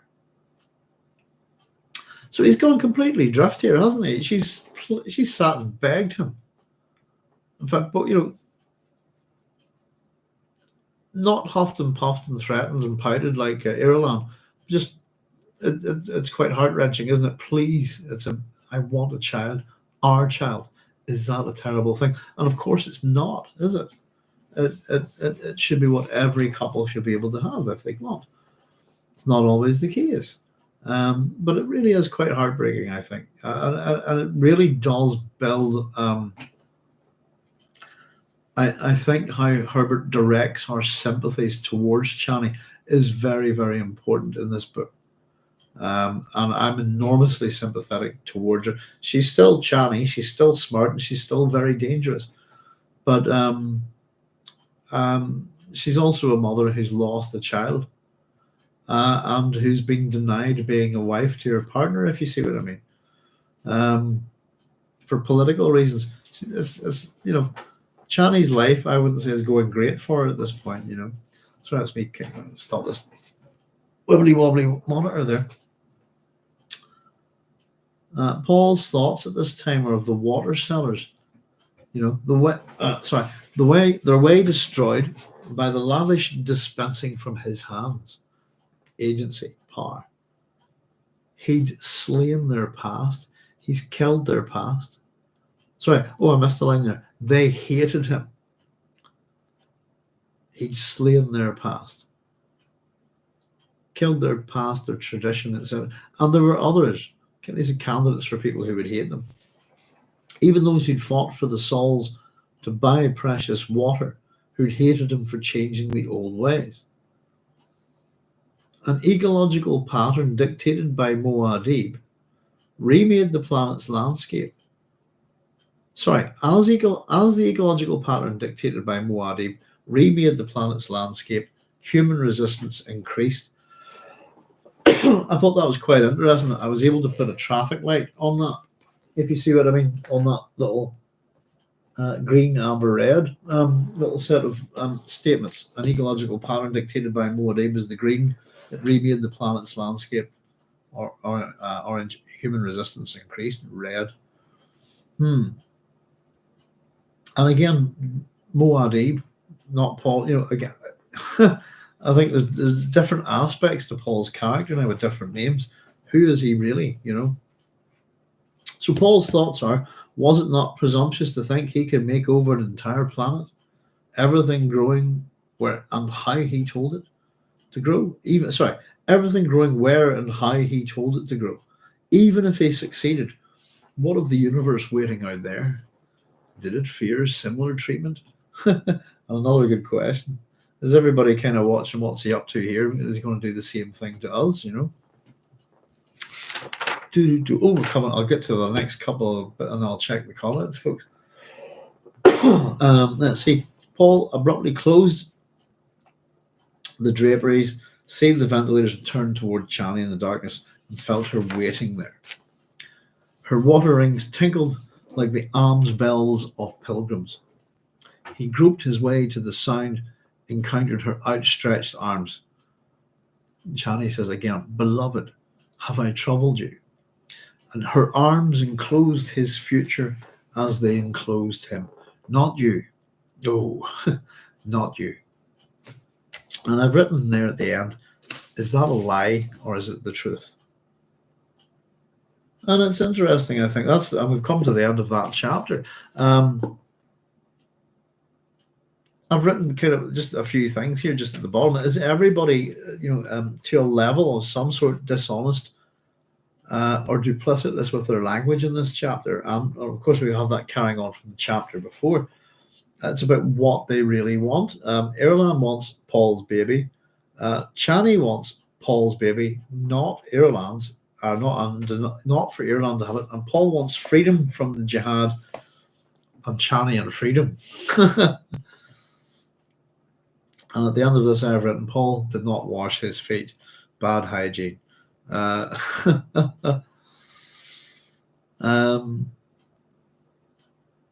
It's a very sad little chapter, I think. It also spells out worrying indicators about Paul Atreides that, as usual, I think they're often, and we're starting to get to see the two. But this is who our conspiracies aimed against. At a fundamental level, you can simply say that they're just a young couple trying to conceive a child, and that the universe and its mother is out to stop them, and that's a bit crap, isn't it? But certainly in terms of, I think Paul comes across as a bit harsh in this chapter, and I also think that what's obvious is that Chani is a tempering force on Paul, as a good influence on him. Some of his statements in this seem quite childish. Little comments about Irulan, stupid histories. They're not stupid. This kind of thing. She corrects him, and he kind of understood. Yeah, I know. Okay, they're not stupid. This kind of thing. A constant concern for his anger. From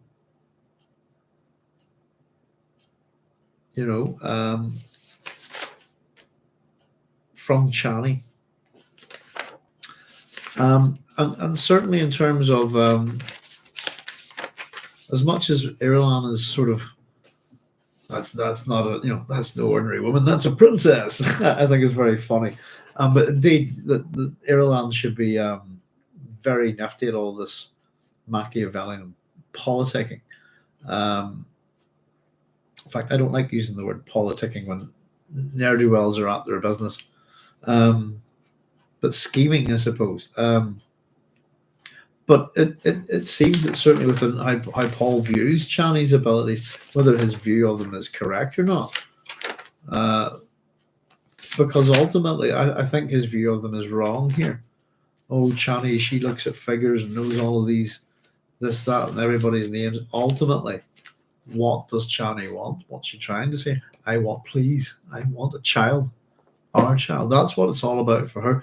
But so I suppose there's a deception. Not a deception, I suppose, with Chani.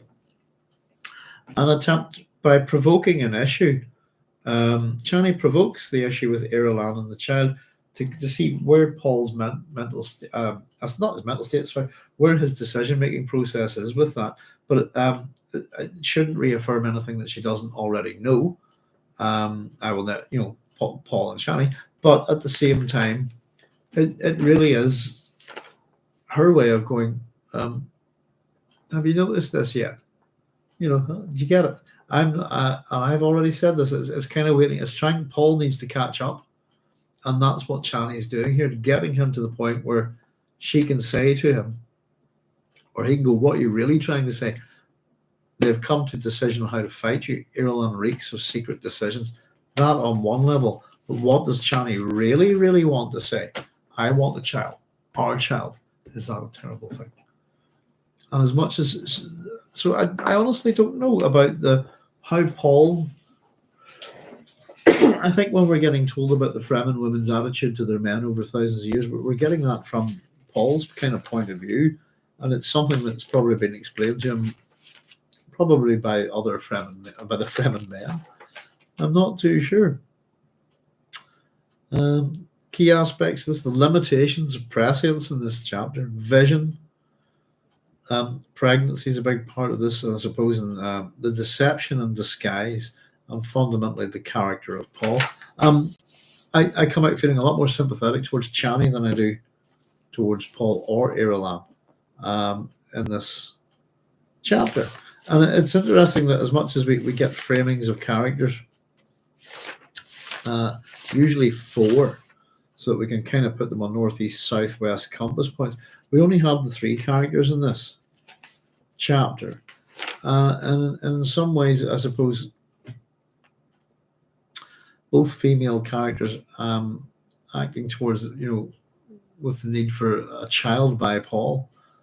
I suppose ultimately where the 3 of them will end up. We don't want to spoil too much for those who are reading along for the first time, I suppose. And as we've pointed out, it's kind of hard to spoil Dune because the author does that for us anyway. So chapter 4, our next one will be the advent of field process shield in the Lasgun. That's where we'll be starting for there. I'm looking forward to it. And from the Muad'Dib lecture of the War College, it's page 42 in my edition, which is this one. So there we go, folks. I'll just catch up with your comments, see if we've got anything interesting. What time are we on? 126. Goodness gracious, going through these chapters in detail. It takes a while, doesn't it? Difficult to. Frank saying, I feel Herbert sparks a lot of colour and substance in Chani with just one paragraph in this chapter. What interested Chani were facts. Would love to know others' thoughts on this and how it compares with the first novel, for example. Well, we really don't see too much of her at all in the first novel. I think this is where. But again, this being the inversion, we do get to see a lot more of certain female characters. I would argue that Chani is a minor character in Dune, along with almost everybody else. There aren't too many major characters, if you see what I mean, as much as Paul and Jessica, really. But Chani kind of has a chapter, really, if you know what I mean, where we really get to know her in Dune. It's the same with Alia. They're about a couple, but they're about a bit, but we don't really get to see her in action except for that one chapter where she really does take control and saves the day. And that's a good indicator, I suppose, for us in terms of here. Chani's wanting to get him away as well. It'll probably be getting away from the stone tent, as she puts it, will be the thing that maybe will allow her to conceive. Chani comes out as in terms of what's going on politically here. Chani seems to has the pulse, absolutely, more so than Paul, more so I think than Irulan, even though Irulan's kind of almost on the other side of this conspiracy. She's very sharp. The word I wrote was sharp, smart, clever, and has a level of emotional intelligence that she keeps well balanced. But as I said, absolutely heartbreaking, I think. And the terrifying price, what's going to happen, really sad. I find her character, very appealing. And definitely, especially when I think of what I know of Paul, I think we get a really good example of this. The things that I liked about her is, especially in this chapter, is where, as much as she discusses his anger, etc., oh, she writes stupid histories, and her go, they're not stupid. This kind of no, you're wrong. It's almost each time that Paul's being childish in a sense, and he's not a child anymore. We're no longer in a Bildungsroman, if you like. This book is not a Bildungsroman. It's not a coming of age story. He is of age. Paul should be what, about 20, 15, I don't know. He should be about 30 here, I think, roughly. If we go to he's 15 at the start of June, push that action forward 3 years, call it 18, let's call it 18 now, 12, basically, from that point. Then Paul should be about 30, I think. And granted, he's got lots going on, but yeah, there's a level of self-pity to him, but I don't think it's all encompassing. But I don't think, yeah, I think it's a really good job that he's got Chani on his side, isn't it? And yeah, it's not easy being an emperor. I suppose we're going to go there at some point. There's a real, I could see aspects almost of where the God Emperor, in Paul's attitude here, but the bit where he threatens to kill her, to kill Irulan is quite okay. And it's not the sort of, bear in mind that this is a hero we're talking about, not a villain, and not someone who should be morally ambiguous either. He's meant to be a hero, and a hero of heroes, and that's not very heroic behavior. If we understand, whichever way you want to look at a hero, you could take it from the kind of, I suppose the Greek idea. You could look at the medieval idea of of the hero, like the knight, the court, and the attributes of such individuals. And we're very used to anti-heroes and this kind of nonsense these days. I shouldn't say nonsense, but if you know what I mean. I do like a good anti-hero. But Paul Atreides, I keep saying, is he an anti-hero? Paul Atreides is a hero. He has been deliberately designed to be one. And anytime you want to question whether he is one or not, go ask Frank Herbert. He'll tell you, he's my hero. He's a hero. He's not my villain. But what's the warning about? The warning is about heroes, not villains. We don't need to be warned about villains, do we? We kind of generally know that a villain is villainous, that they're bad and they'll do bad things, Excuse me. But yeah, the type of agency she's assigned is also interesting. Degrees of nuance, recalling earlier thoughts on the new adaptation that I can't imagine being rendered properly in the upcoming film. I agree. Yeah, there's an awful lot to individual characters, I think, that we just will not be able to see on the screen. And especially, what is revealing to our characters is their inner thoughts, I suppose. It's that aspect of a book or a play, like soliloquies and plays, can reveal stuff to the audience, to the that other characters don't know. But it's like a conspiratorial. It can be an aside, this kind of thing. But yeah, the devil's in the detail, I think. And yes, particularly the way the female characters work in the first Dune book, we're inverting things. I think we're going to see this. Yeah, we hardly notice Irulan, for example. We're going to see them fleshed out a lot more. I always think it's a pity that the one, and Alia as well, we get to Alia, but the one, I think it's a pity we never got Mapes into the Dune Messiah. If Shadowed Mapes had survived, she would have been quite an important character if we consider the locus of Dune Messiah, its setting. But yeah, Chani is a major character, but I consider almost every character to be a minor character in Dune, with the exception of Paul and Jessica, and the Baron, I think. But the point is, I've always said this: the minor characters, how they're used, or not the main protagonists, if you like, are very, very fascinating, and we learn so much from them. Again, the character of Shadowed Mapes badly wasted in the film, and Denis Villeneuve's. Well, I think the characters that were most wasted, I think, were definitely the Baron and Piter. And they're by far one of the most engaging and entertaining and dodgy relationships within the book. I think they're you would want two really good character actors to do that. That's what I said. I think there are two really good actors in those roles, but where's the script? Where's the words? And again, if Denis Villeneuve just wants to show you stuff, that'd be there's more to a film than that, I think.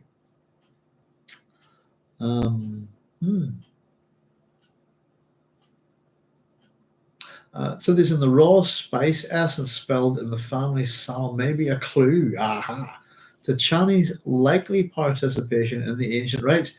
Is fecundity an example of raw power as well? I don't know. Yeah, that's a little bit of I was wondering about that. And I wonder if we can get a little bit. I don't know. It was. Mark, I thought it was particularly strange. And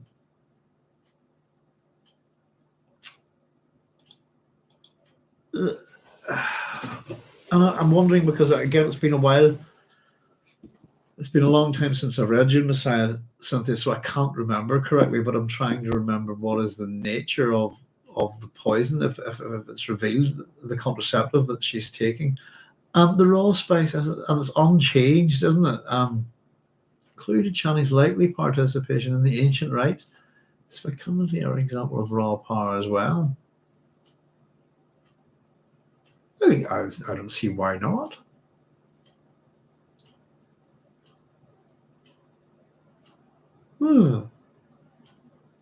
Fecundity, the ability to produce new things, isn't it? What's fecundity? Hang on, am I remembering that right? The ability to produce fecundity is the ability to produce an abundance of offspring or new growth, fertility. Yeah, no, I'm not going mad. The ability to produce many new ideas. In either definition, yes, it is. I'd say that would line up with the Roman idea of the proletariat and the army, if you see what I mean.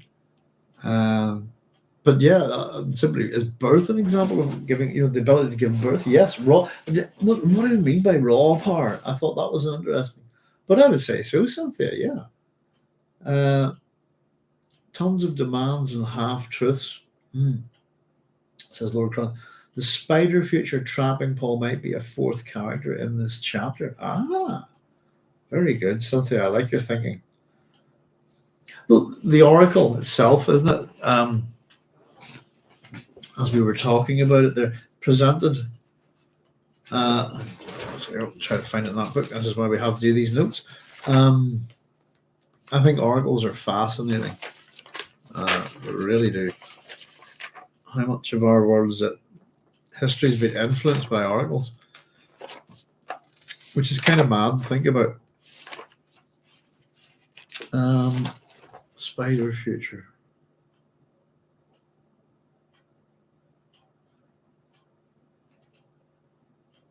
Yeah, it was the bit. I had a couple of comments in that he remembers that first time, and I made a wee note. That's when he's trapped by the oracle. He views it as a trap. To take it into that metaphor, being in a web, the spider, the jaws, all of it. The spider future, yeah. The oracle itself. And in that sense, yes, I think you're absolutely right, Cynthia. It's kind of the way I've been thinking of Paul's terrible purposes, prescient visions. I mentioned there that can we consider the Ring of Gyges, and the ring is a character in the book, isn't it? We all talk about the ring. If we know the Lord of the Rings and Bilbo Baggins, I mean, the ring is, tangible and palpable as a character. It's an extension of another character, isn't it? In that sense, it's an extension of Sauron and his will and his agency, even when he's absent. Yeah, that's a really good point. The fourth character to give us our Jungian Yeah, I'm going to doodle that one. And I didn't draw my little. I drew one in the last chapter, and I think we'd said it wouldn't be interesting to try and draw.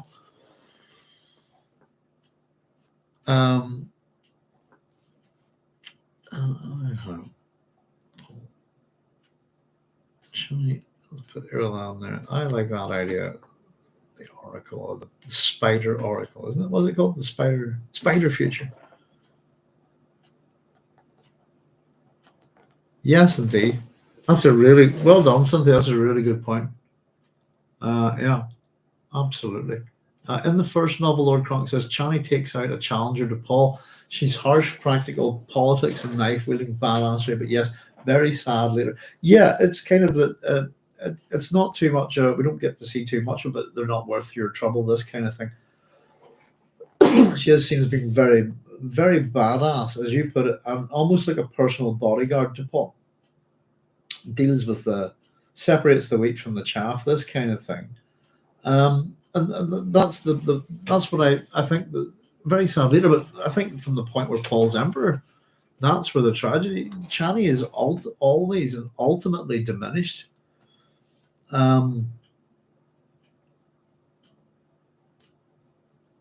Not, and we see the reality of Chani here, but can you imagine Chani as empress? You know, Paul as emperor. He's taking a wife. Empress is what she should be. And if she did have that power, that would be very interesting, But yeah, I think she's a real sad character. She's the one that I actually try to think of a few. I suppose in terms of who she based on. I think she's a little bit of an amalgam of some of the Shakespearean tragic heroines, if you like, and some of the women from Troy. Basically, I suppose what happens to the various women after the siege of Troy.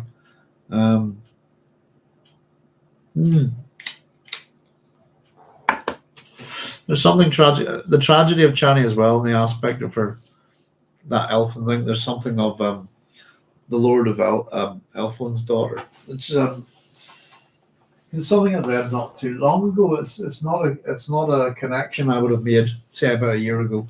I'm just trying to figure out what I've done with my copy there.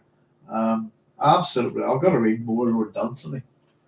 Especially if you like your Tolkien and stuff like that. I read Tolkien to death when I was younger. I suppose I couldn't. I don't know. I could maybe get Lord of the Rings read one more time, but I'm pretty sick. Not sick of it, but just I've read it enough. If you know what I mean. I love the Lord of the Rings. Love the Hobbit. As well. I love the Hobbit a lot more than I like the Hobbit a lot more than I like Lord of the Rings. I think a superior book. Lovely book.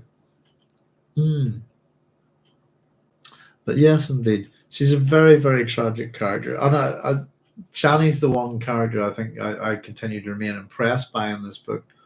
And as I said, the female characters in particular, Alia's, really strong character. Mapes in the previous book, and Jim was one of my favorite characters. And there's something quite impressive about, we had one of the nurses that the night before my father passed, or the night he passed, we'd had these Marie Curie nurses in for 8 hours to give me a bit of help. My father's what you call assistants of two, so it doesn't mean that you get to go take a break. It's just that there's a proper nurse there to help you. And these cancer nurses, these Marie Curie nurses, are like shock troops.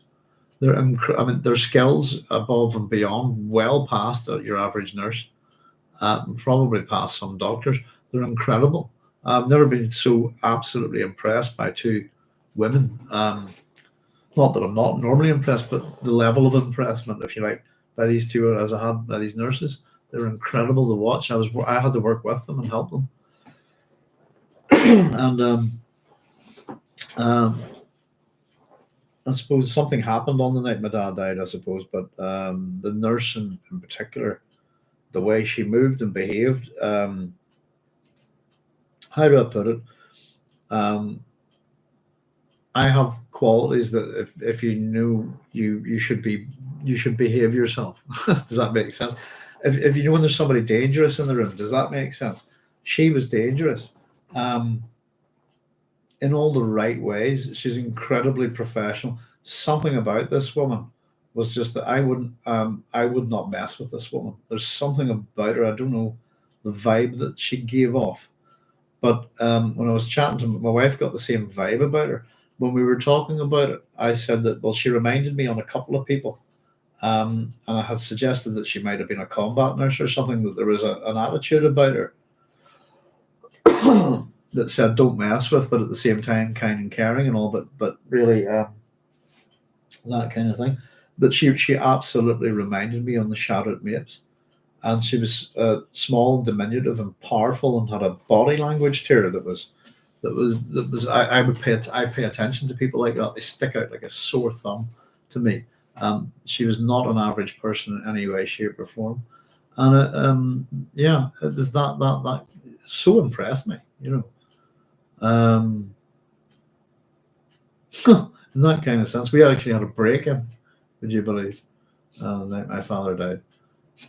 Somebody broke in, and we didn't know what was about to happen. And yeah, it was okay in the end.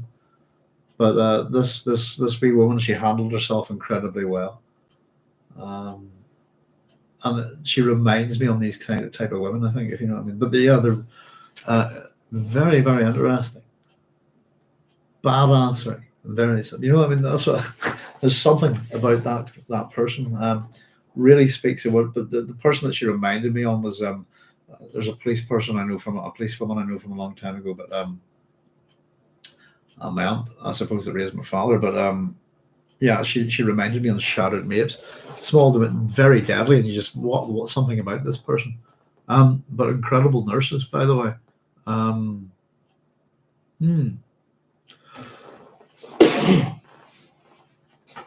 Oh wait, there's Lord Crunk saying, does raw spice essence create abominations? No, not Chani, Paul at the stuff again, using more and more. Ah, now that's something I was wondering about that because the conspiracy mentioned that he has a worm secreted somewhere, doesn't he? So the raw spice essence has to be changed by, if we're assuming that this is the bile from the worms that the Fremen use in their siege orgies and all of that stuff. Then it's a deadly poison, isn't it? Until it's transmuted and made safe. So someone's walked away. Either it's possibly has Paul been using it and taking visions, but he's been out and about. So it's basically raw spice essence in that sense. That's a big load of deadly poison, or has somebody stolen it? And of course, it could be transmuted and made safe by any Reverend Mother, couldn't it? The clumsiness of the whole thing kind of strikes me as odd in the Dune universe. There's not too many clumsy people. They're all super well trained prana bindu mega ninjas, if you so for someone to just trip and go, oops, we spelt the spice essence and it's melted a rug. It's like, whoa, you know. So I think they're trying to strongly suggest that that's poisonous. It's extremely deadly. The whole why, wherefore, nobody paying any attention to it, the horrible smell, and particularly in a royal setting, I suppose, where you'd expect retainers and courtiers and, you know, chambermaids and butlers and all this kind of stuff. So yeah, it's again just the way he's using. But if unchanged, I suppose spice essence, it's raw spice essence, or maybe it's unrefined. I don't know. It's kind of, I wasn't too sure what they meant by that. I thought it was a little bit vague, Lord Crunk, but I'm forgetting you thinking the bile is so confusing. I think it is a little bit confusing. But it was I wouldn't have thought of it as the bile if it wasn't for the word unchanged, if you see what I mean, and then the fact that it's melted the crap out of this rug. Whoa! So it's only the merest, isn't it? Only a single drop. It's Paul transmuted. So it suggests that somebody's nicked some. I don't know, or possible that Paul's maybe done it not realized, but the whole it's also possible that Chani's done it as well. As was somebody suggesting that there. Chani pulls at the stuff again. Possibly to deliberately, make a bad smell to create an atmosphere in the room. If we think about, and I'm thinking that makes more sense. If we think about the previous chapter where the conspiracy has gone out of the way to make this dome for Edric, and as Skytail points out, to have built the place especially for Edric, though, what a sharp finger that pointed out. That pointed at his weakness. What here was aimed at me? Skytail wonders. The point is, I suppose, that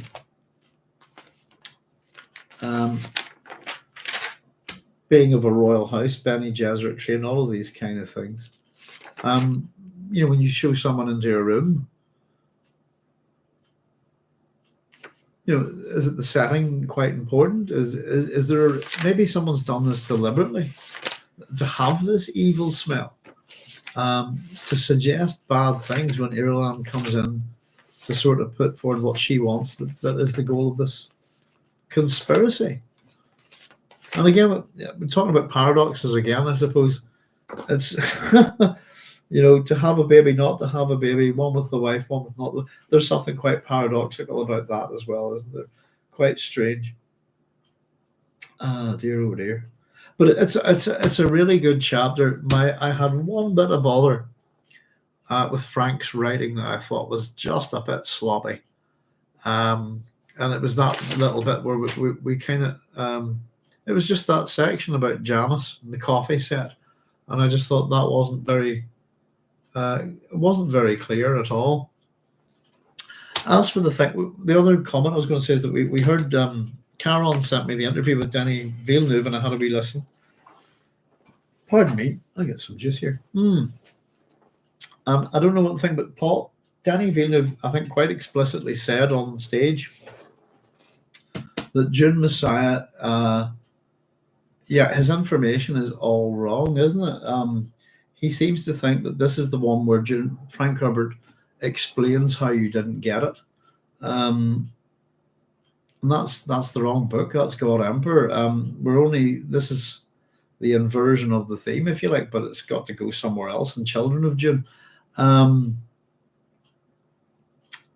think we're going to see a big battle. But I think that's not the case. And again, we were talking about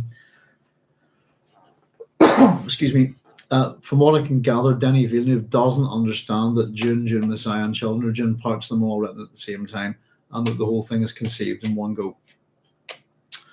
He seems to think that I wrote Dune, nobody got it, and so a few years later I wrote Dune Messiah. That's not the case, and I can tell you actually within the text, the stylizations that Herbert uses, and I've written a couple of comments about them. But where he picks up a certain form and starts going with another book, the colonias, where it's in Dune and where it's in Dune Messiah, I think is actually an indicator that those parts of those books were written at the same time. He's picked up a little affectation with punctuation. So I thought that was a bit, oh dear, sadly. But I don't know. I think Dune Messiah is a very strong book, but to be a standalone cinema movie, I'm not too sure. I think he could ultimately, any director who's going to look at box office returns in the Dune series, you're not going to do too well. I think as you progress down the books become more and more,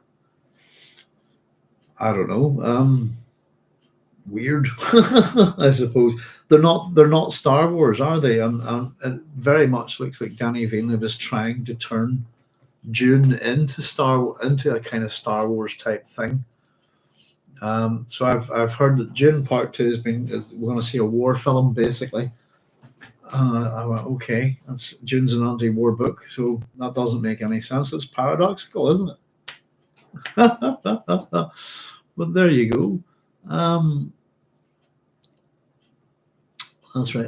Later, Chani has to eat a ton of spice, angry at Irulan about it, maybe because it was Chani's first tea. Yeah, it's that it becomes the spice diet, isn't it? That is the only thing that will pure spice diet. The only thing will sort of save Chani and allow her to have kids, isn't it? I suppose it's interesting. Another aspect of melange. I also thought that Jamis, with all I was a friend of Jamis. Jamis, that'd be his name.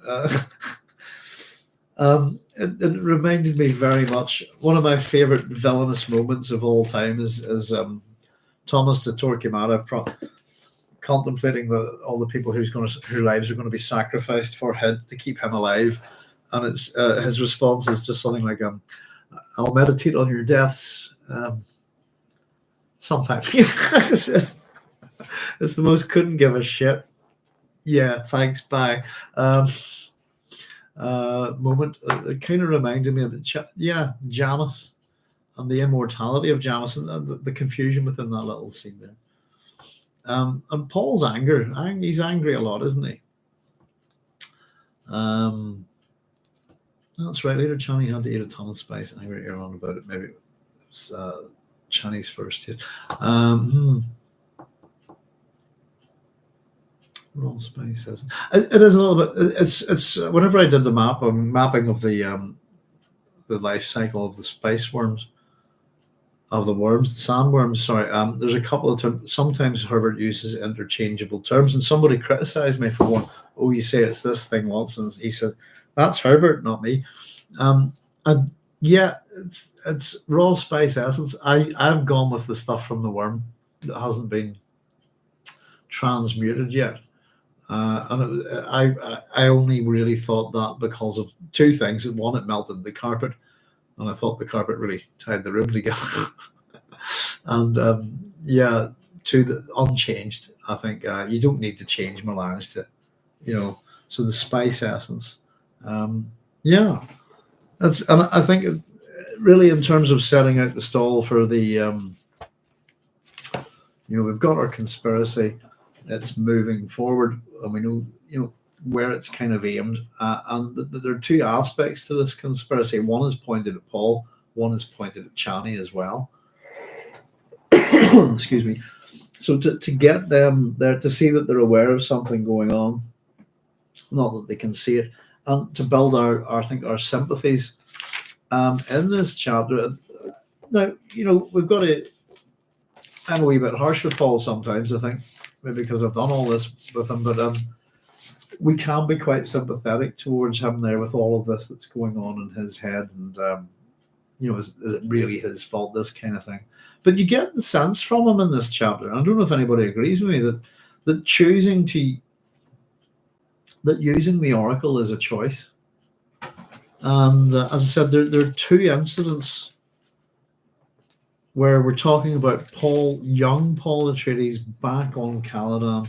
One of them is, I think, the first time he experiences the Oracle. And my wee note is that's the day he's trapped. The other time, again, is when he's very young. One of the very first visions he has of the, and it's, of course, it looks like to be the burial of Chani.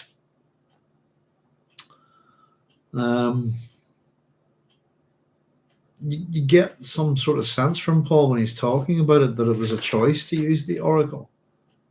Since the day of his first encounter with Chani, he had peered at the future, hoping to find peace. He looked for something, and so that's the day. My little note is that's the day he got trapped by it. And so the whole idea of using an Oracle, I suppose, and again, it made me think of very much. The Ring of Gyges, I suppose, that kind of thing. If you were offered a thing to see the future, here's a means of divination. Would you take it? Would it make you happy? Would it drive you mad? Would it drive you nuts? Would it, just the glimpse of here's what's going to happen on Tuesday. Knowing what's going to happen on Tuesday, as opposed to not knowing. could alter everything about your life between now and that day, if you see what I mean. That you might go out of your way to stop whatever it is that's going to happen, or you might go out of your way to make it happen. If you didn't know about it prior to that, what's the difference? It does bring up all sorts of questions about free will and so on and so forth. And ultimately, we're being asked in this chapter, I think really one of the most important things is, does the oracle show the future? Does it tell the future? Or does it make it? And this is what Paul's wondering, and I think we have to ask the same question ourselves, Can Paul put it away, stop the presence? Probably sometimes not. Yeah, I would agree, Lord Crunk. I think once you're in, it's the same as Melange, and I think once you've opened that door. But it seems that to get a prescient vision, to deliberately go seeking them, then he needs that. He needs Melange. He needs it in its raw, unfiltered, unchanged form. And that's what we seem to be getting that as well. And that the more you need that, the more you need to take. It said there's a price to it. And the other thing I think only that is that Paul's paying the price. That is the price too much. We'll get there, I suppose. But ultimately, Chani's saying you don't have to do this. You can choose not to do it. Choice. To act in favor of a thing, to act against it, or to do nothing, all three are choices. That there are, ultimately, in some sense, there's always choice, But can he put it away? I think he can. I think the clues in this chapter, he's going to, but not just yet. I think the decision made to escape is in this chapter. And it's when she says on choose. That's the better. I love that. Yeah, I'm so happy I make these books. It just makes finding stuff so much easier. When she says leave, leave on choose. Let me just get his response. No, that's it. I haven't found it just yet. On choose before this. There we go. I was chosen perhaps at birth, certainly before I had much say in it. I was chosen. Then unchoose, says Chani, his arm tightened around her shoulder. This is the clue, I think. In time, beloved. That's yes, I'll do it, but not now. Give me yet a little time. A little bit longer, and I'll do that. And then, of course, that's followed by we should return to Siege Tower. There's too much to contend with in this tent of stone. Too many plots, too many, things behind. Siege Tower has a higher level of trust. Everyone knows everybody, if you see what I mean. But of course, we've also pointed out that within this chapter, then we see not only is the conspiracy moving against Paul and Chani, but the nature of the control of these people by, I suppose, the Quizerati on one hand, and the Fremen as well. Muad'Dib belongs to the Fremen. there's aspects of that power and control, the groups that form around such charismatic individuals and how they operate, and how much Paul uses the Fremen has always been in contrast with how much the Fremen use Paul, I suppose. And there is one little question within it, we got a hint of it, by the way, and I'll probably leave it with you for this thought, is that I think previously what we did find out, let me see, what was I thinking there? Control. Yes, there was a strong indication that the myths that the Bene Gesserit had planted on Arrakis as part of the Missionaria Protectiva. The indication is that Paul and Jessica make use of those myths, but I thought the suggestion was that the myths that the Fremen are following is not part of the Missionaria Protectiva. Pardon me. And the fact that I think the fact was that the missionary and protective myth kind of lined up with one there, and I don't know. I used to be in two minds about it. Was it the myth that the eight kinds exploited? But the question is, when did the Bene Gesserit put their myths there? But I think there was a strong suggestion that there were aspects of the Fremen myths that didn't quite line up with the Bene Gesserit missionary and protective ones. You know. And of course, we're going to get another. I suppose chapter 4 begins with we're going to have a chat about the field process shield in the lasgun, paradoxical shield and weapon that just kills everybody, doesn't it? It's an interesting one. There we go, folks. Goodness, 2:05, so good 4 hours and 5 minutes. That's not too bad on this chapter. So yeah, I shall wrap up things unless anybody's got any wee quick questions or anything. Thank you very much for joining me as always. Hope you're all keeping safe and well. Yeah, excellent. No worries, Cynthia. Thank you. And yeah, we're getting there. We're hopefully looking to get some more content up and stuff. As I said, trying to do voice. When I'm doing stuff for videos and things, I would write videos, do the writing, but and sound recording first. If you see what I mean, and my throat's just been, you know. But thank you very much. Have a good night, says Christopher Crowley. Thank you. Great content, says Christopher. Thanks very much, Christopher. Thanks for joining us. Yeah, what day is this? This is Thursday. Yeah, I'm wanting to pop on and do a wee general sci-fi chat sort of thing. As I was saying, we have plenty of things to get organized in terms of housekeeping and things to do, but we've started making a wee sort of dig into our list of shit to get done for the station. But it won't be apparent to you guys for a while, but hopefully once we get things written and produced and all sorts of things done, we might be able to drop a few different types of videos actually for us at some point. Frank Resin, thanks, Doug. Thanks, all. Pleasure as always. Thanks, all. See you. Yeah, thank you very much, folks.